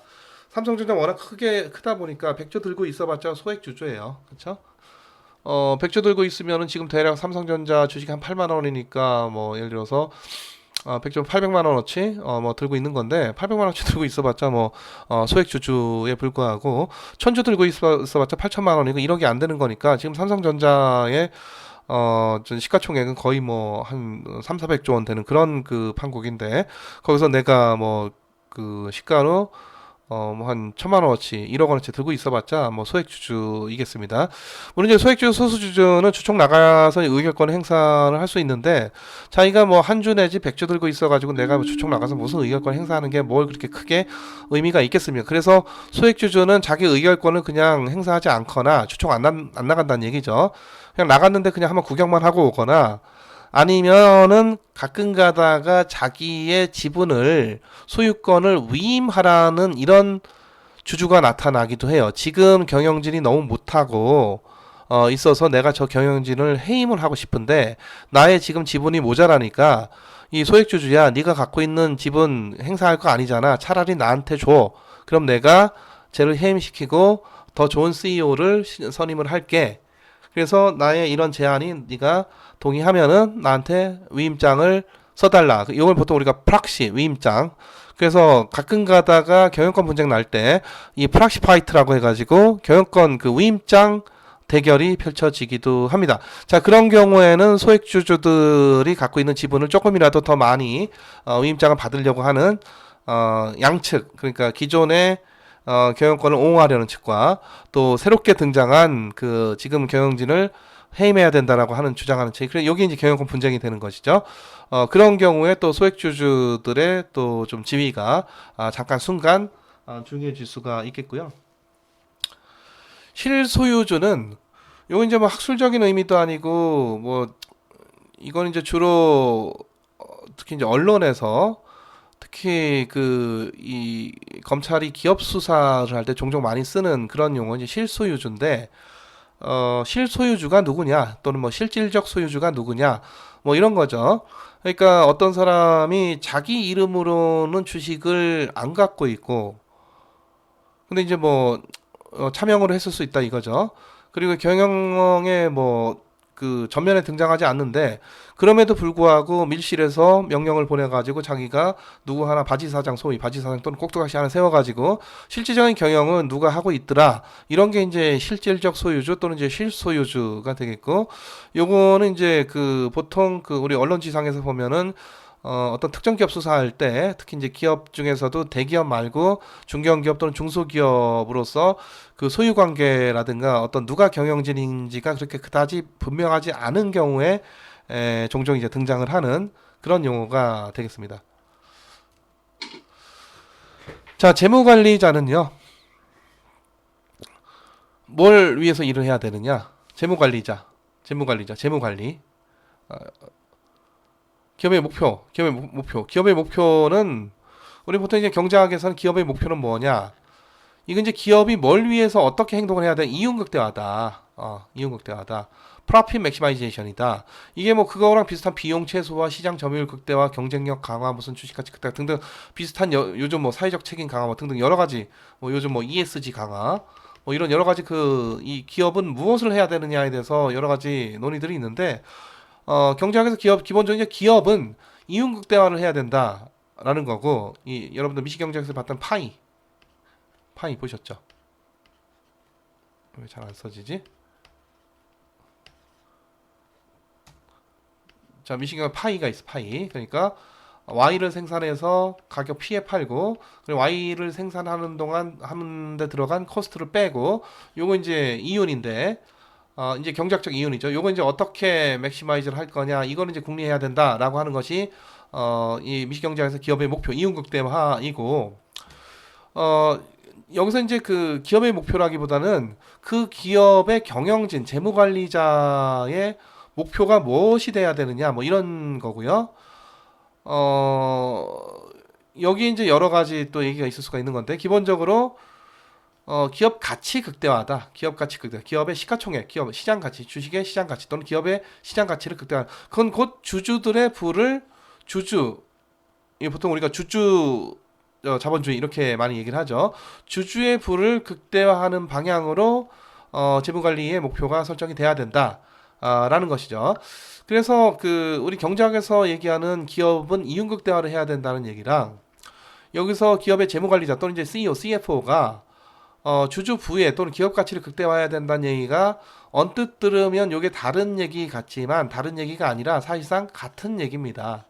그러니까 우리 경제학에서 얘기하는 이론적인 그 이윤을 극대화한다는 얘기나 결국은 이 저 기업의 그 주가 또는 기업의 시장 가치 또는 주주부 그게 곧 주주의 부죠. 그래서 주주부 또는 기업의 시가 또는 시장 가치를 시가총액을 극대화하도록 노력을 해야 된다. 누가? 경영진이. 근데 그 짓을 안 하니까 대리 문제가 발생을 하는 거고 어떻게 하면 그 사람이 주주부의 극대화를 위해서 노력하게 할 것인가를 경제학적으로 메커니즘 디자인을 통해서 나온 게 앞서 얘기했던 이 스탁옵션 또는 근로자들을 또 인센티브를 북돋기 위한 그 우리 사주 뭐 이런 것들이 되겠습니다.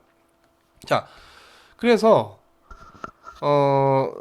예를 들어 총 그 이제 뭐 부채도 있으니까 총 자산을 갖고 얘기하면은 똑같은 300조 원짜리 기업인데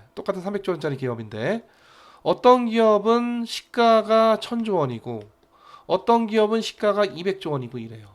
그러니까 이거 300조 원을 조달을 해가지고 그 300조 원 조달한 것만큼도 가치를 못 발휘하는 기업이 있고 그거의 3배도 넘게 발휘를 하는 그런 기업들도 있는 거죠. 이건 결국은 얼마를 조달한 그 얼마짜리 기업이냐가 중요한 것이 아니라 그러니까 물적 자본의 규모가 중요한 게 아니라 얼마나 좋은 경영자가 또는 얼마나 좋은 노동자가 또 얼마나 좋은 노사 관계가 잘 형성되어 있느냐에 따라서 같은 자본의 기업인데도 불구하고 어떤 기업은 1000조 원의 가치를 갖고 어떤 기업은 조달된 자본의 가치조차도 못 미치는 그런 경우도 있을 수가 있다. 자, 그래서 기업 경영하는 CEO 입장에서는 하여튼 이 기업의 가치가 최대한 극대화되도록 그래서 결국은 주주들의 이익에 부합하도록 경영을 해야 된다. 기업 가치 극대화, 주주부의 극대화 같은 말이 되겠습니다. 자, 그리고 이것이 바로 그 재무관리자의 목표이고 요게 경제학에서 미시경제학이 얘기하는 기업의 이윤 극대화랑 일맥상통하는 얘기고 왜 그러냐는 좀 설명 길기 때문에 좀 생략하겠습니다. 그러니까 지금 우리 코퍼레이트 파이낸스 기업 재무에서 얘기하는 그 재무관리자의 기업 가치 극대화 또는 주가 극대화 또는 시가총액 극대화 또는 주주부의 극대화가 우리 미시경제학 또는 경제 언론에서 얘기했던 기업의 이윤 극대화하고 같은 맥락의 얘기가 되겠다 라는 것이고요. 자, 주의해야 될 것은 이제 우리가 2장 3장에서 앞서 얘기했던 회계적인 그 개념은 당기 순이익 개념이 나오게 되는데 여기 이제 그 매출에서 매출이 있고 원가 빼고 뭐 이자 주고 그리고 뭐 텍스 내고 그리고 남고 여기 이제 당기 순이익이고 당기 순이익은 이제 일부는 사내 유보하고 일부는 배당 주고 하니까 이 당기 순이익 이게 주주들이 가져가는 몫이거든요. 사내 유보시켜도 주인은 주주니까 결국 주인의 소유권 그 주식이 그 소유권을 증명하고 있는 거죠. 하여튼 이게 다 주주 몫이 되는데 이거 단기 이 회계적인 순이익을 극대화하겠다 이게 아니에요. 회계적인 순이익하고 기업 가치는 별도 개념이고 극단적인 예를 들자면은 지금 이제 우리 쿠팡이라고 하는 그 물류 회사가 인터넷 물류 회사가 곧 미국의 그 NYS에 상장한다고 한 달 전에 굉장히 시끌벅적한 그런 뉴스가 있었고 앞으로 과연 이제 쿠팡이 그 NIS에 이제 잘 상장되느냐 한지 볼 필요가 있겠는데 쿠팡은 지금도 여러분들 그 회계장부 열어보면은 지금도 적자입니다. 단기 순이익이 플러스가 아니라 여전히 마이너스고 플러스로 된 적이 한 번도 없어요. 근데 이제 그 신생 벤처 기업이기 때문에 소위 이 여러분들 J 커브 효과라고 해서 뭐 이렇게 된다는 거죠. 지금은 여전히 지금 이런 그 마이너스 플러스면은 아직 이 영역에 있지만 언젠가는 그 플러스 이상으로 이 턴 어라운드 하는 시기가 오게 될 것이다. 그래서 이거에 대한 기대가 쿠팡의 주가에 반영이 돼서 지금 당장은 여전히 당기 순이익이 계속 적자를 기록하는 이 와중에도 쿠팡의 지금 시가총액이 1조냐 1.5조냐 막 이거 얘기하고 있는 거죠. 기업 가치는 지금 당기 순이익이 여전히 적자를 면치 못하고 있는 그런 신세인데도 불구하고 기업 가치는 상당히 높은 사례. 예를 들자면 신생 벤처기업들의 경우에 그런 경우가 많이 나타나게 되는데 이게 바로 그런 사례 중에 하나가 쿠팡이고요. 자, 어떤 기업들은 당기 순이익이 사상 최고치를 기록했는데 갑자기 주가가 폭락하는 기업도 있어요. 그거는 예를 들어서 지금까지는 잘해왔으나 지금 세계상 돌아가는 걸 가만히 보니까 이 기업은 앞으로 뭔가 비전이 없다. 이런 기대가 들어가면은 지금 당장은 사상 최대의 단기 순이익을 기록했음에도 불구하고 주가는 곤두박질 치는 경우도 얼마든지 있겠습니다. 그래서 사실 주식 투자라고 하는 게 대단히 어려운 거죠. 그러니까 회계 재무제표도 잘 분석을 해야 되지만 그게 다가 아니에요. 그게 뭐 완벽하게 설명을 해주면은 우리가 회계 재무제표만 보고 주가가 오를 거냐 내릴 거냐 이거 판단하면 되겠지만 그게 다가 그거 당연히 들어가고 그거 외에도 여러 가지 기타 정보 또 다른 경쟁사하고의 어떤 관계 이 기업의 어떤 기술에 대한 평가 미래에 대한 비전 뭐 등 이런 것들이 다 한꺼번에 그 정보가 반영된 것이 주가이기 때문에 단순히 이 기업이 1년에 한 번 또는 큰 기업도 1년에 4번씩 발간하는 그런 회계 재무 제표들만 갖고 분석을 해가지고는 주가 분석 자체가 굉장히 어렵다. 자, 대리 문제.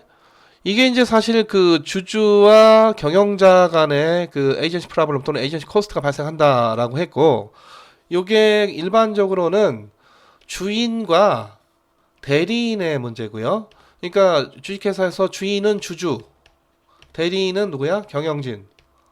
이런 건데 대리인이 주인을 위해서 열심히 일을 해줘야 되는데 그걸 위해서 이 월급도 주고 뭐 하는 건데 얘가 그 짓 안 하고 자기 위해서 일한다. 이 못돼 처먹어서가 아니라 윤리 도덕 이런 걸 들어올 여지가 없습니다. 그거 들어와서 우리가 해결이 될 것도 아니에요. 그 이제 다른 학문의 영역이고 경제학에서는 그럼 이게 지금 얘가 못돼서가 아니라 얘도 지금 이기적이고 합리적인 판단을 하니까 주인의 이해를 극대화하지 않고 자기 이해를 극대화하고 있단 말이죠. 그건 누구나 다 그렇단 말이에요. 안 그런 것 같지만 누구나 다 그렇다라고 하는 게 경제학자나 경영학자의 기본적인 인간에 대한 이해 또는 인간에 대한 시각이고 실제로 아담 스미스가 그 도덕 철학자였음에도 불구하고 경제 문제에 관해서는 인간에 대해서는 굉장히 이기적이고 합리적이다라는 얘기를 인류 최초로 했던 거고 그걸 바탕으로 해서 결국 이 경제 문제, 이 경제 현상이 왜 발생을 하는 거고 그래서 보다 더 좋은 경제가 되기 위해서는 어떻게 해야 되는가가 나온 게 바로 아담 스미스의 국부론이죠. 그래서 이 사람들의 무슨 윤리 도덕을 타령을 해야 될 게 아니라 지금 어긋나 있는 주인과 대리인 간의 인터레스트가 상충되는 이런 거를 어떻게 해소를 해야 될 것인가 이 컨플릭트 오브 인터레스트를 어떻게 해소를 해야 될 것인가 다시 말해서 이 대리인이 사적 이해 주인의 이해가 아니라 사적 이해를 추구한단 말이죠.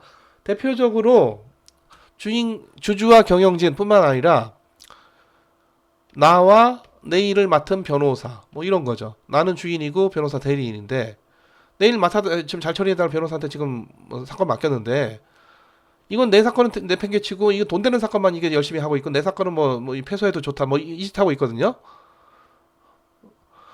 또 예를 들어 또 뭐가 있을까요? 그 경영 그 어떤 중소기업 같은 경우에 이제 고용주가 있고 피고용인이 있죠. 그러니까 이쪽이 이제 어떻게 보면 주인이고 이쪽이 이제 대리인이고 이 기업 좀 잘 되게 해달라고 이 노동자 고용해가지고 지금 이 회사 운영하는 건데 어 내가 감시 안 하면 막 녹땡이 치고 있고 일 막 열심히 잘 안 해요. 이 근로자가. 자, 이런 경우도 주인 대리인의 문제가 되겠고 이것도 뭐 근로자가 뭐 나태해서 태만해서 그게 문제가 아니라 뭔가 이게 지금 주인의 그 이 고용자의 이해관계랑 이 근로자의 이해관계가 서로 상충되고 있는 것이죠. 어차피 뭐 월급 똑같은 거 받을 거 바에는 이 근로자 입장에서는 자, 한 달에 월급이 무조건 300만 원이다. 기업이 매출이 많이 나오고 아니건 간에. 그럼 이 근로자의 최적 선택은 뭡니까? 열심히 일한다야? 열심히 일 안 한다가 최적의 선택이죠. 그 정도로 근로자는 합리적이고 이기적이에요. 그걸 갖고 윤리와 도덕이 못돼 처먹었다 이렇게 얘기하면은 경제학의 영역이 아닙니다. 어차피 정액으로 받을 거 내가 열심히 일해야 될 이유니 인센티브가 없는 거고.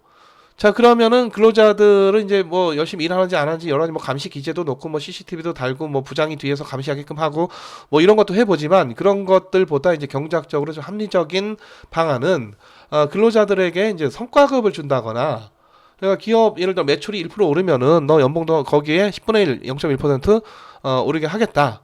라든가 아니면은 뭐 우리수하주 같은 걸 준다거나 아니면은 뭐 이 스탁옵션 같은 거를 지급을 한다거나 뭐 등등등 이런 어떤 경제학적으로 합리적인 해법이 나와야 되는 거고 그런 걸 논의하는 것이 바로 우리 인센티브 디자인이죠. 이걸 뭐 윤리, 도덕, 뭐 교육 이걸로 해결될 문제가 아니다. 자, 그래서 그 대리인의 도덕성을 기대하거나 강제해서 해결될 문제가 전혀 아니다라는 거고 어쨌든 하여튼 주주와 그 주인과 대리인 간의 이해관계가 상충하고 있기 때문에 그냥 내버려 둬도 코스트가 들고 이걸 해결하려고 뭔가 경제학적인 뭐 스탁옵션 이런 걸 지급을 한다 해도 역시 또 코스트가 들고 그런 것들 다 우리가 합쳐서 우리가 뭐라고 한다? 대리인 비용, 이 에이전시 코스트라고 합니다. 자, 그래서 이 경영자들 주주가 뭐 이게 일 잘하는지 우리 주주들을 위해서 우리 기업을 위해서 잘하는지를 잘 감시를 해야 되는데 기본적인 감시 기제가 이사회고요. 또 주총이 있을 수가 있고 근데 이것도 다 이제 그 한계가 있는 거고 또 이제 기업의 감사도 있죠. 감사. 이사회 이제 사내이사뿐만 아니라 사회이사도 들어가게 되고 근데 이런 것도 이제 완벽하게 작동을 하기가 또 쉽지가 않고 그렇다고 해서 주주들이 돌아가면서 오늘은 네가 감시하고 내일은 네가 감시하고 계속 이 경영자가 열심히 일을 하는지 우리 주주들을 위해서 우리 주주들에게 폐해를 끼치지 않는지 폐를 끼치면 자기만의 이익을 막 획득하려고 노력을 하는지 이런 것들을 이제 감시하자. 이게 별로 좋은 방안이 아니죠. 자, 그래서 지금 어긋나 있는 그 인트레스트를 얼라이먼트 시켜보겠다. 여기 인센티브 디자인이고, 자, 그런 차원에서 대표적인 것이 보통 스탁옵션, 근로자에게 지급하는 우리사주, 뭐 이런 것들이 되겠습니다. 자, 또 하나는 이런 것들이 이제 경영자들이 잘 하라고 하는 소위 이제 내부적인 기재가 되겠는데. 이 내부적인 보통 이제 그래서 내부적인 기재가 결국은 기업의 그 소위 기업 지배구조, 코퍼레이트 거버넌스의 문제가 되겠습니다. 근데 이게 이제 잘 작동을 해주면은 괜찮은데 이 내부적으로 이게 잘 작동이 안 되면은 어떤 일이 발생하냐면 기업이 경영진이 그 기업 경영 잘 못하면 주가가 떨어지게 되겠죠. 주가 떨어지게 되면은 일단 주주들이 들어와서 주총 와서 막 불만을 터뜨리는 경영자를 해임하려고 하지만 거기서 이제 해임도 잘 안 된다. 그럼 이게 해결책이 없느냐? 주가 떨어지면 소위 여기에 이제 이 M&A가 들어올 수가 있습니다. 왜냐면 주가가 떨어졌기 때문에 주가가 싸잖아요. 주가가 싸니까 많이 매집해가지고 새로운 세력이 주주로 들어와서 주총 와서 야, 네 전에 하던 경영 넌 너무 못해. 너 나가. 우리가 선임하는 우리가 지금 20%까지 지분을 확보를 했는데 우리 주주단이 선임하는 그 CEO를 다시 우리가 선임을 하겠다.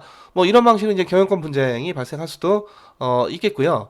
그래서 우리 보통 이제 적대적 M&A가 있고 뭐 우호적 M&A가 있다 뭐 이렇게 얘기하는데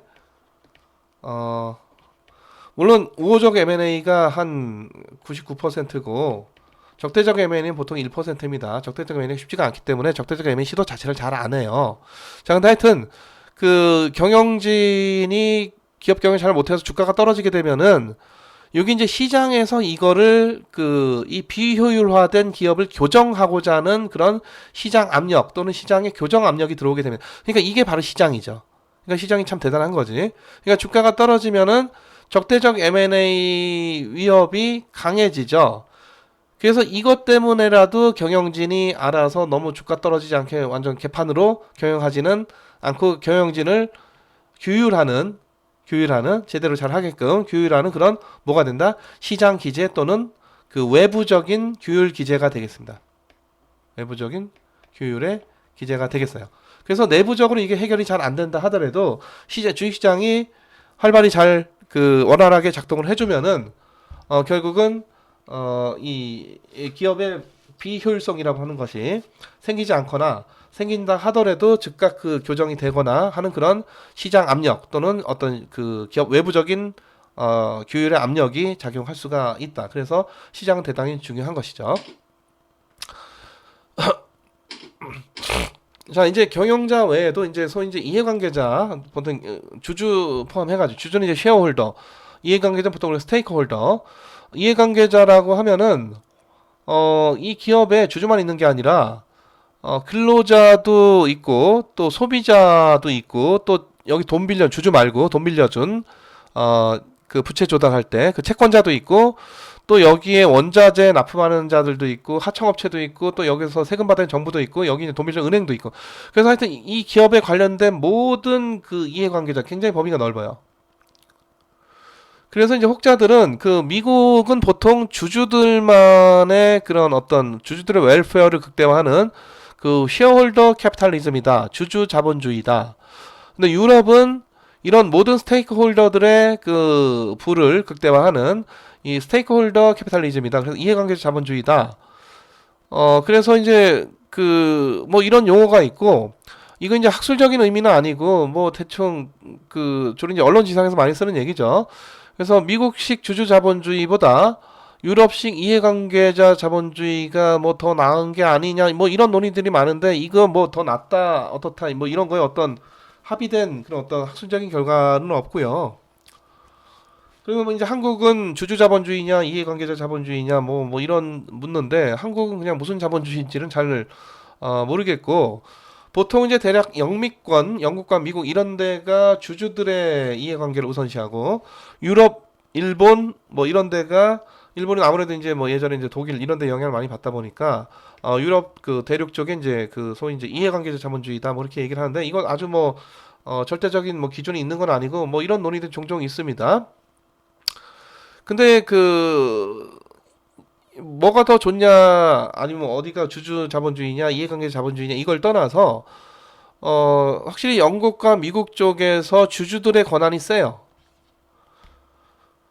그래서 주총이나 이사회가 상당히 좀 원활하게 활발하게 작동을 하고 그래서 뭔가 기업 CEO가 제대로 잘 못할 때는 쉽게 해임도 하고 잘하는 사람 또 불러들여서 또 선임할 수도 있고 그렇다 보니까 심지어 애플의 창업자인 스티브 잡스도 쫓겨나서 한 10년간 야인 생활 하다가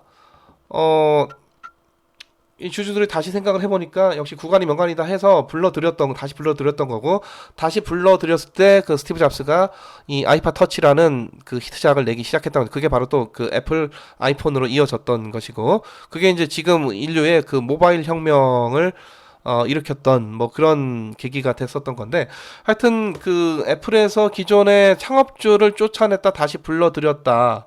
게다가 지금 애플의 스티브 잡스가 사망했는데 그 아들이 경영을 한다 이런 건 없잖아요. 그런 일은 있을 수가 없는 거예요. 기본적으로.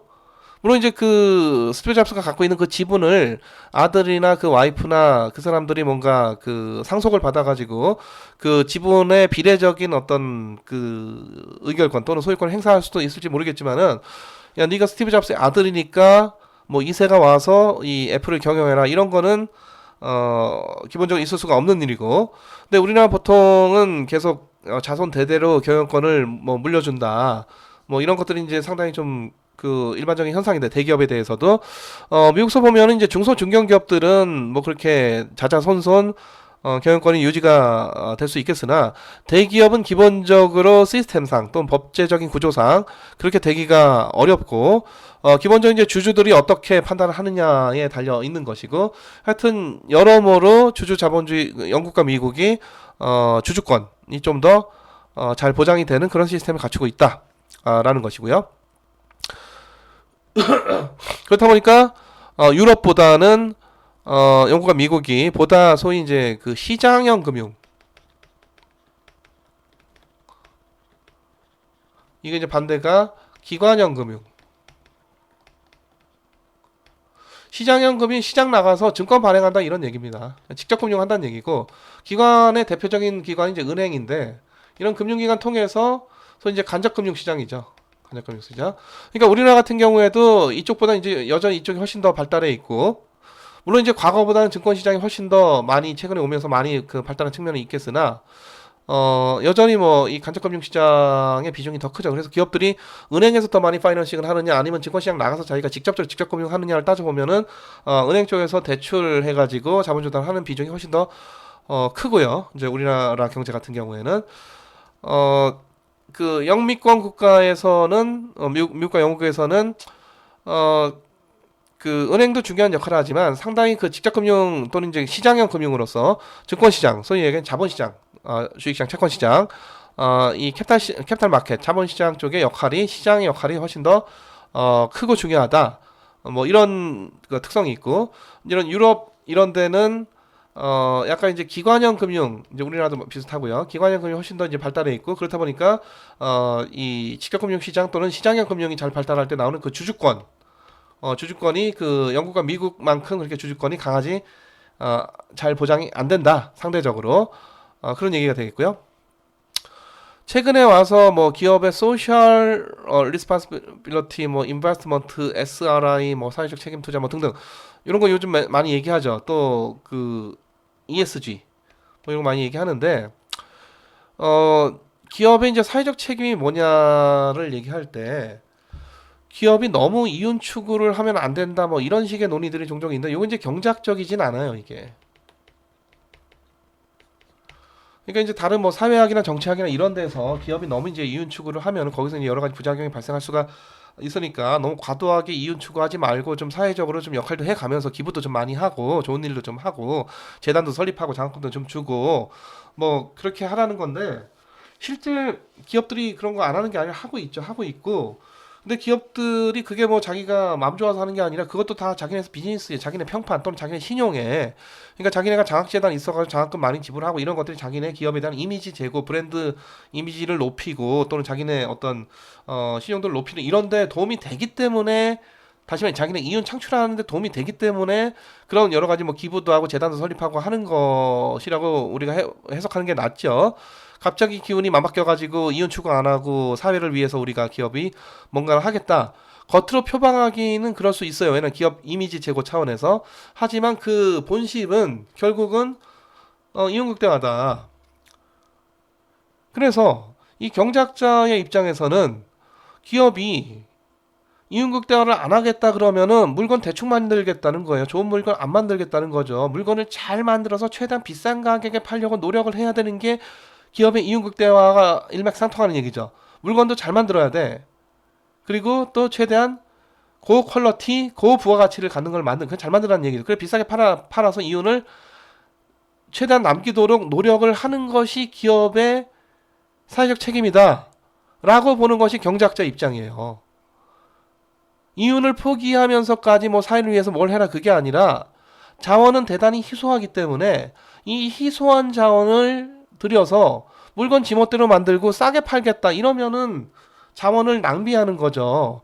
자원이 우리가 하늘에 뚝딱 떨어지고 자원이 무한하면은 기업의 뭐 사회적 책임 이런 기업이란 개념도 없겠지. 뭐 자원이 무한하면 우리가 그냥 밥 나와라면 밥 나오고 옷 나오라면 옷 나오고, 이게 자원이 무한한 건데, 자원이 유한하고 자원은 희소해요. 그러면은 이 귀중한, 이 소중한 인류의 그 자원을 최대한 잘 활용을 해서 최대한 좋은 물건을 만들어내고, 최대한 그래서 좋은 물건이라고 하는 건 가장 비싸게 평가받는 그런 물건을 만들어내도록 노력을 해야 되는 것이 기업의 사회적 책임이 아니겠습니까? 이건 경제학적인 순수한 입장이고, 그래서 경제학자 입장에서 기업의 사회적 책임이 뭐냐? 이윤극대화다. 이거밖에 달리 답할 게 없습니다. 물론 이제 지금 우리가 앞서 얘기했던 CFO, 그 CEO가 무엇을 위해서 일을 해야 되는, 주주부의 극대화다, 기업 뭐 시가 가치 극대화, 그건 우리 앞서 얘기했듯이 기업의 이윤 극대화랑 같은 얘기다라고 했고, 자 그래서 기업의 사회적 책임은 딴짓거리 하지 말고 네가 하고자 했던 거 스마트폰 만들 때 스마트폰 만드는 게 없어 열심히 잘 만들고 자동차 만드는 게 없어 자동차 잘 만들고 좋은 거 잘 만들어서 비싸게 팔아 먹어라. 그래서 이윤 많이 남겨라. 이게 기업의 사회적 책임이라고 봅니다. 경제학자는 기본적으로. 그렇지 않고 이윤국대화를 포기하겠다는 건 물건 뭐 대충 만들겠다는 자동차 대충 만들면 뭐 빵꾸 나죠. 가다 서죠. 사고 나요. 이 귀중한 자원을 갖고 물건을 그렇게 만들면은 안 되는 거고 또 하나는 극대화된 이윤이 기업이 먹는 게 아니라 기업은 사람이 아니죠. 기업의 자본을 댄 사람들, 기업에서 일하는 사람들이 다 먹는 거죠. 물론 이제 이윤이라고 하는 거는 결국은 임금 뭐 이런 걸 다 지불하고 나서 남는 건데 이 이윤도 결국 누가 가져가느냐 하면은 주주를 포함한 여러 이해관계자들이 다 가져가는 거예요. 이윤이라고 하는 것도. 그래서 경제학 외에서 이제 기업의 사회적 책임에 대해서 왈가왈부 굉장히 말들이 많은데 굉장히 이게 불분명한 개념을 갖고 얘기를 하다 보니까 뭐 해답이 안 나오는 거죠. 경제학에서는 이게 확실합니다. 기업의 사회적 책임은 이윤극대화다. 자, 금융시장은 우리가 앞서 금융시장 얘기를 좀 많이 했죠. 자, 이제 기본적으로 이제 은행을 통한 간접금융 또는 간접금융하고 앞서 얘기했던 이제 기관형 금융, 기관 중심의 금융. 자, 자본시장 또는 이제 우리가 그 자본시장 또는 그 증권시장, 그러니까 주식과 채권 직접 발행하는 거 시장 내 직접적으로 기업이 그 투자자 직접적으로 자기네 신용으로 금융중개기관 같은 은행 같은 이런 데 끼지 않고 중간에 끼지 않고 자기네가 직접적으로 주식과 채권 발행해서 자본 조달하겠다. 여기 이제 시장형 금융이죠. 시장형 금융. 그래서 은행, 간접금융, 기관형 금융, 그리고 증권시장, 자본시장, 그리고 주식과 채권 또 시장형 금융 이게 다 이건 이거대로 이제 같은 맥락의 의미를 갖게 되겠고요. 자, 연금 보험 시장도 있는데 요건 이제 우리 잘 연금이나 보험에서 따로 다뤄야 되는 건데 요거는 이제 어떻게 보면은 이런 은행 자본시장 이런 쪽은 동시대적으로 자본이 남는 자와 자본이 부족한 자 간의 그런 어떤 그 금융 중개를 은행 또는 이제 자본시장을 통해서 하는 거고 이 연금이나 보험은 동시대가 아니라 시차를 둔 거죠. 그러니까 내가 지금 젊은데 좀 여유 자본이 있어. 내가 나중에 늙어서 자본이 모자랄 것 같아. 그래서 이쪽을 넘기는 이런 역할을 어디에서 금융시장에서 해주는 거고 대표적으로 연금 또는 보험의 기재가 결국 그런 역할들을 해주게 되겠습니다. 자, 그래서 이제 금융시장을 이게 뭐 이 절대적인 기준이 있는 건 아닌데 뭐 하여튼 이런 식으로 구분을 하는 경우들이 있습니다. 앞서 얘기했죠. 은행이냐 시장이냐. 그 얘기는 기관형 금융이냐 시장형 금융이냐. 이거죠. 그래서 또 한쪽은 간접금융이냐 직접금융이냐의 문제고 짧은 만기로 돈을 파이낸싱하고 짧은 만기로 돈을 빌리고 이게 보통 이제 머니마켓인데 이 머니마켓을 여러분들이 화폐 시장이라고 해석하지 말고요. 단기 금융 시장이라고 해석을 해주세요. 자, 이 머니마켓은 여러분들이 그 거시경제 케인스 이론을 보면은 거기에 이제 머니마켓 그 화폐 시장이 등장을 하게 되는데 그때 나오는 머니마켓하고 여기 지금 우리가 이 기업금융에서 나오는 이 머니마켓 또는 우리 투자 재무에서 나오는 머니마켓 여기에 이제 그 하루짜리 거래인 콜, 뭐 5일짜리 거래인 뭐 RP 또는 뭐 그 뭐 CD, 뭐 CP 뭐 이런 그 짧은 만기의 금융 거래가 이루어지는 시장이 그게 바로 머니마켓이고 이제 우리말로는 단기 금융 시장 이렇게 좀 해석을 해주면 좋겠습니다. 화폐 시장 하지 말고 자, 이거 말고 이제 보다 중장기 여기서 이제 단기냐 장기냐 보통 이제 이 파이낸스에서 1년 기준으로 합니다. 1년. 그래서 만기가 1년보다 짧으면은 단기, 요거보다 길면 이제 중장기라고 하는데 자본시장, 이 캐피탈 마켓은 여기 이제 주로 구체적으로 증권시장이에요. 증권시장이고 여기서 이제 채권하고 주식 이런 걸 발행을 하고 이때 이제 채권은 우리가 앞서 얘기했던 증서로서의 그 채권을 그 얘기를 하는 거고요. 자, 이 단기 금융 시장은 기업이 단기 금융 시장을 통해서 자본 조달을 했어도 이게 보통 이제 3개월 만기이기 때문에 빨리 갚아야 되는 유동부채가 되거든요. 유동부채. 그래서 이걸 갖고 투자했을 수는 없습니다. 그러니까 투자를 해가지고 공장기계 설비로 자본화, 캐피탈라이즈를 할 수가 없어요. 근데 주식을 발행하고 채권을 발행하면 이게 만기가 길거나 무한되기 때문에 주식은 무한되죠. 이거를 자기네 투자 자본으로 쓸 수가 있다. 다시 말해 공장기계 설비를 쌓는데 축적하는데 이런 자본을 갖다 쓸 수가 있고 그래서 기업의 이게 자본화가 캐피탈라이즈가 되는 거죠.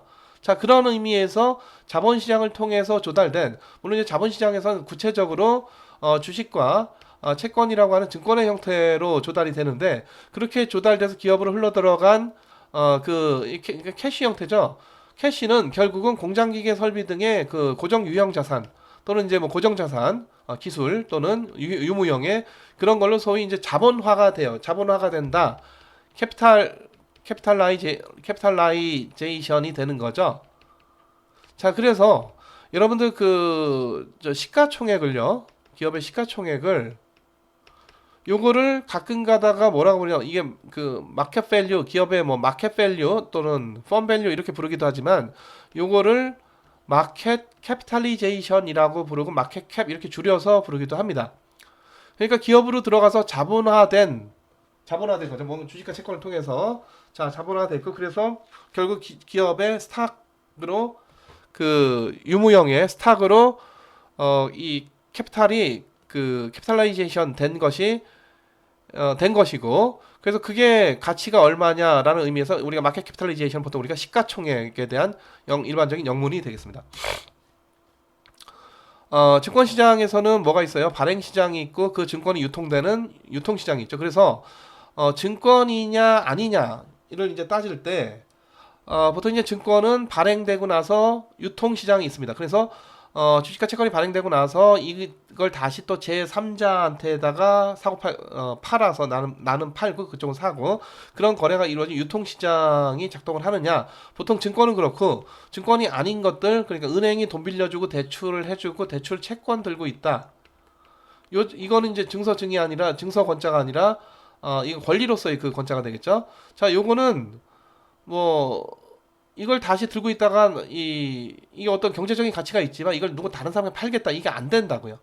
유통시장이 없어. 유통시장이 없기 때문에 이 발행시장 개념도 없습니다.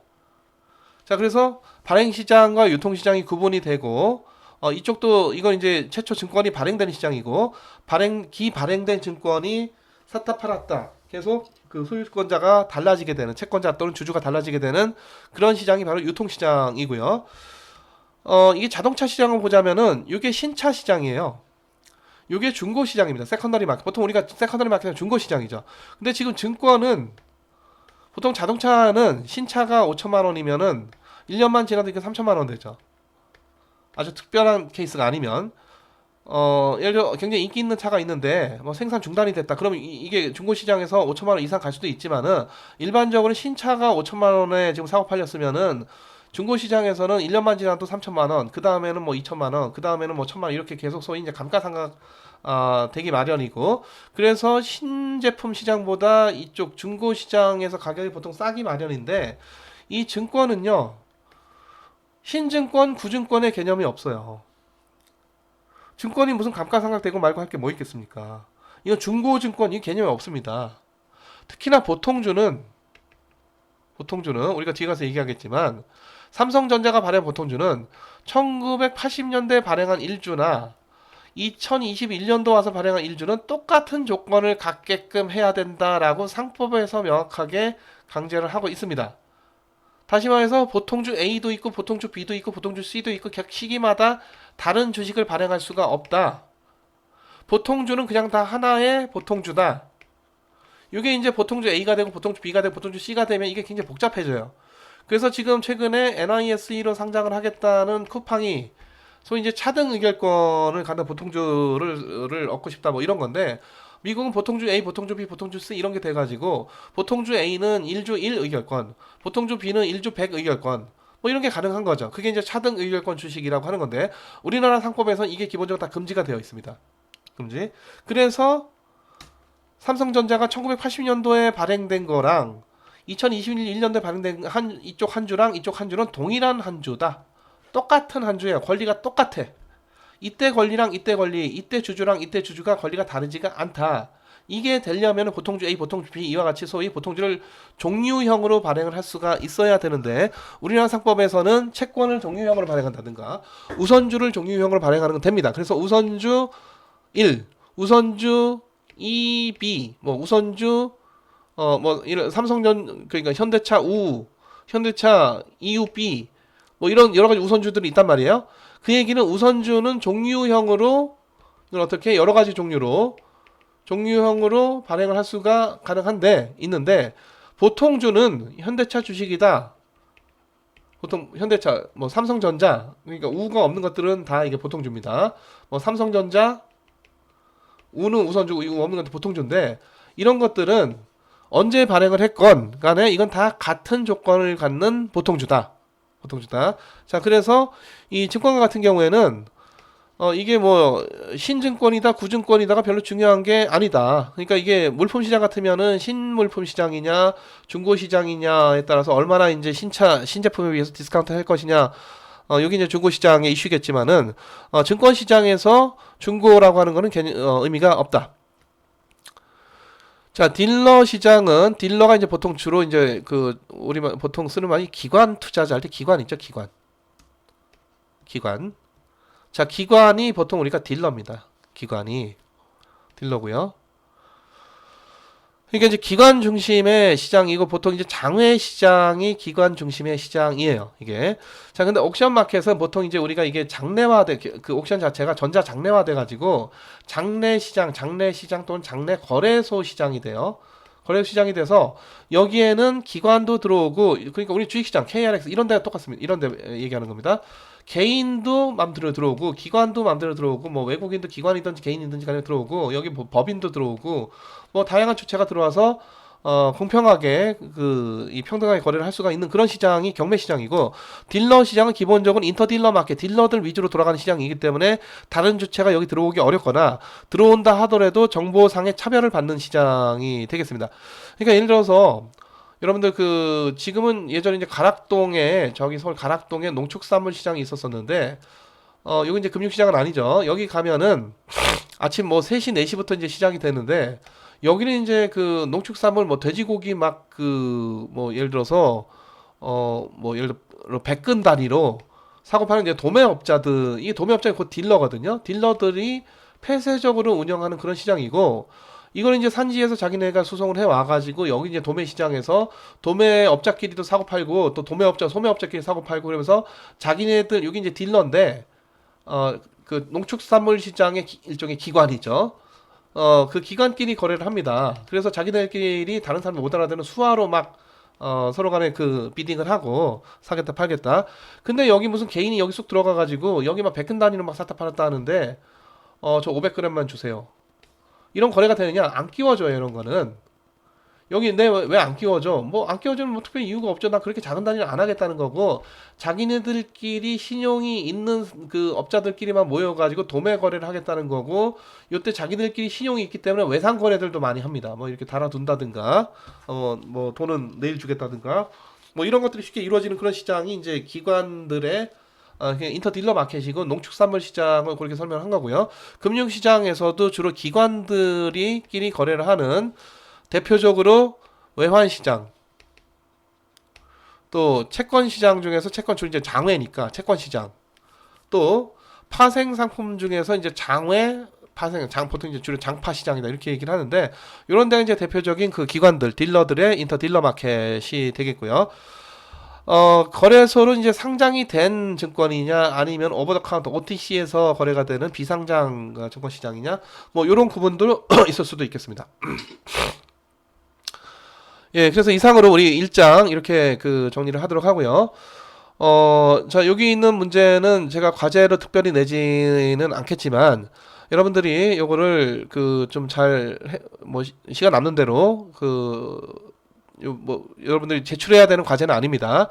그렇다 하더라도 제가 여기 해보라고 한 거는 좀 찾아보고 해보고 하면은 여러분들 이 금융시장 실무 쪽에서 상당히 여러분들 도움을 받을 수가 있을 거고 이런 어떤 실무적인 지식을 갖고 여러분들 나중에 졸업해서 혹시 이제 금융기관으로 이제 진출하는 학생들이 있으면은 이런 거 한번 좀 학생 때 해봤냐 그렇지 않냐에 따라서 그 사람의 좀 능력이 달라 보일 수가 있어요. 그래서 시간 남는 대로 지금 뭐 제출하는 과제는 아니라 하더라도 각 챕터마다 제일 끝에 이런 문제들이 있는데 꼭 한번 여러분들이 해보시기를 강력히 권고드립니다.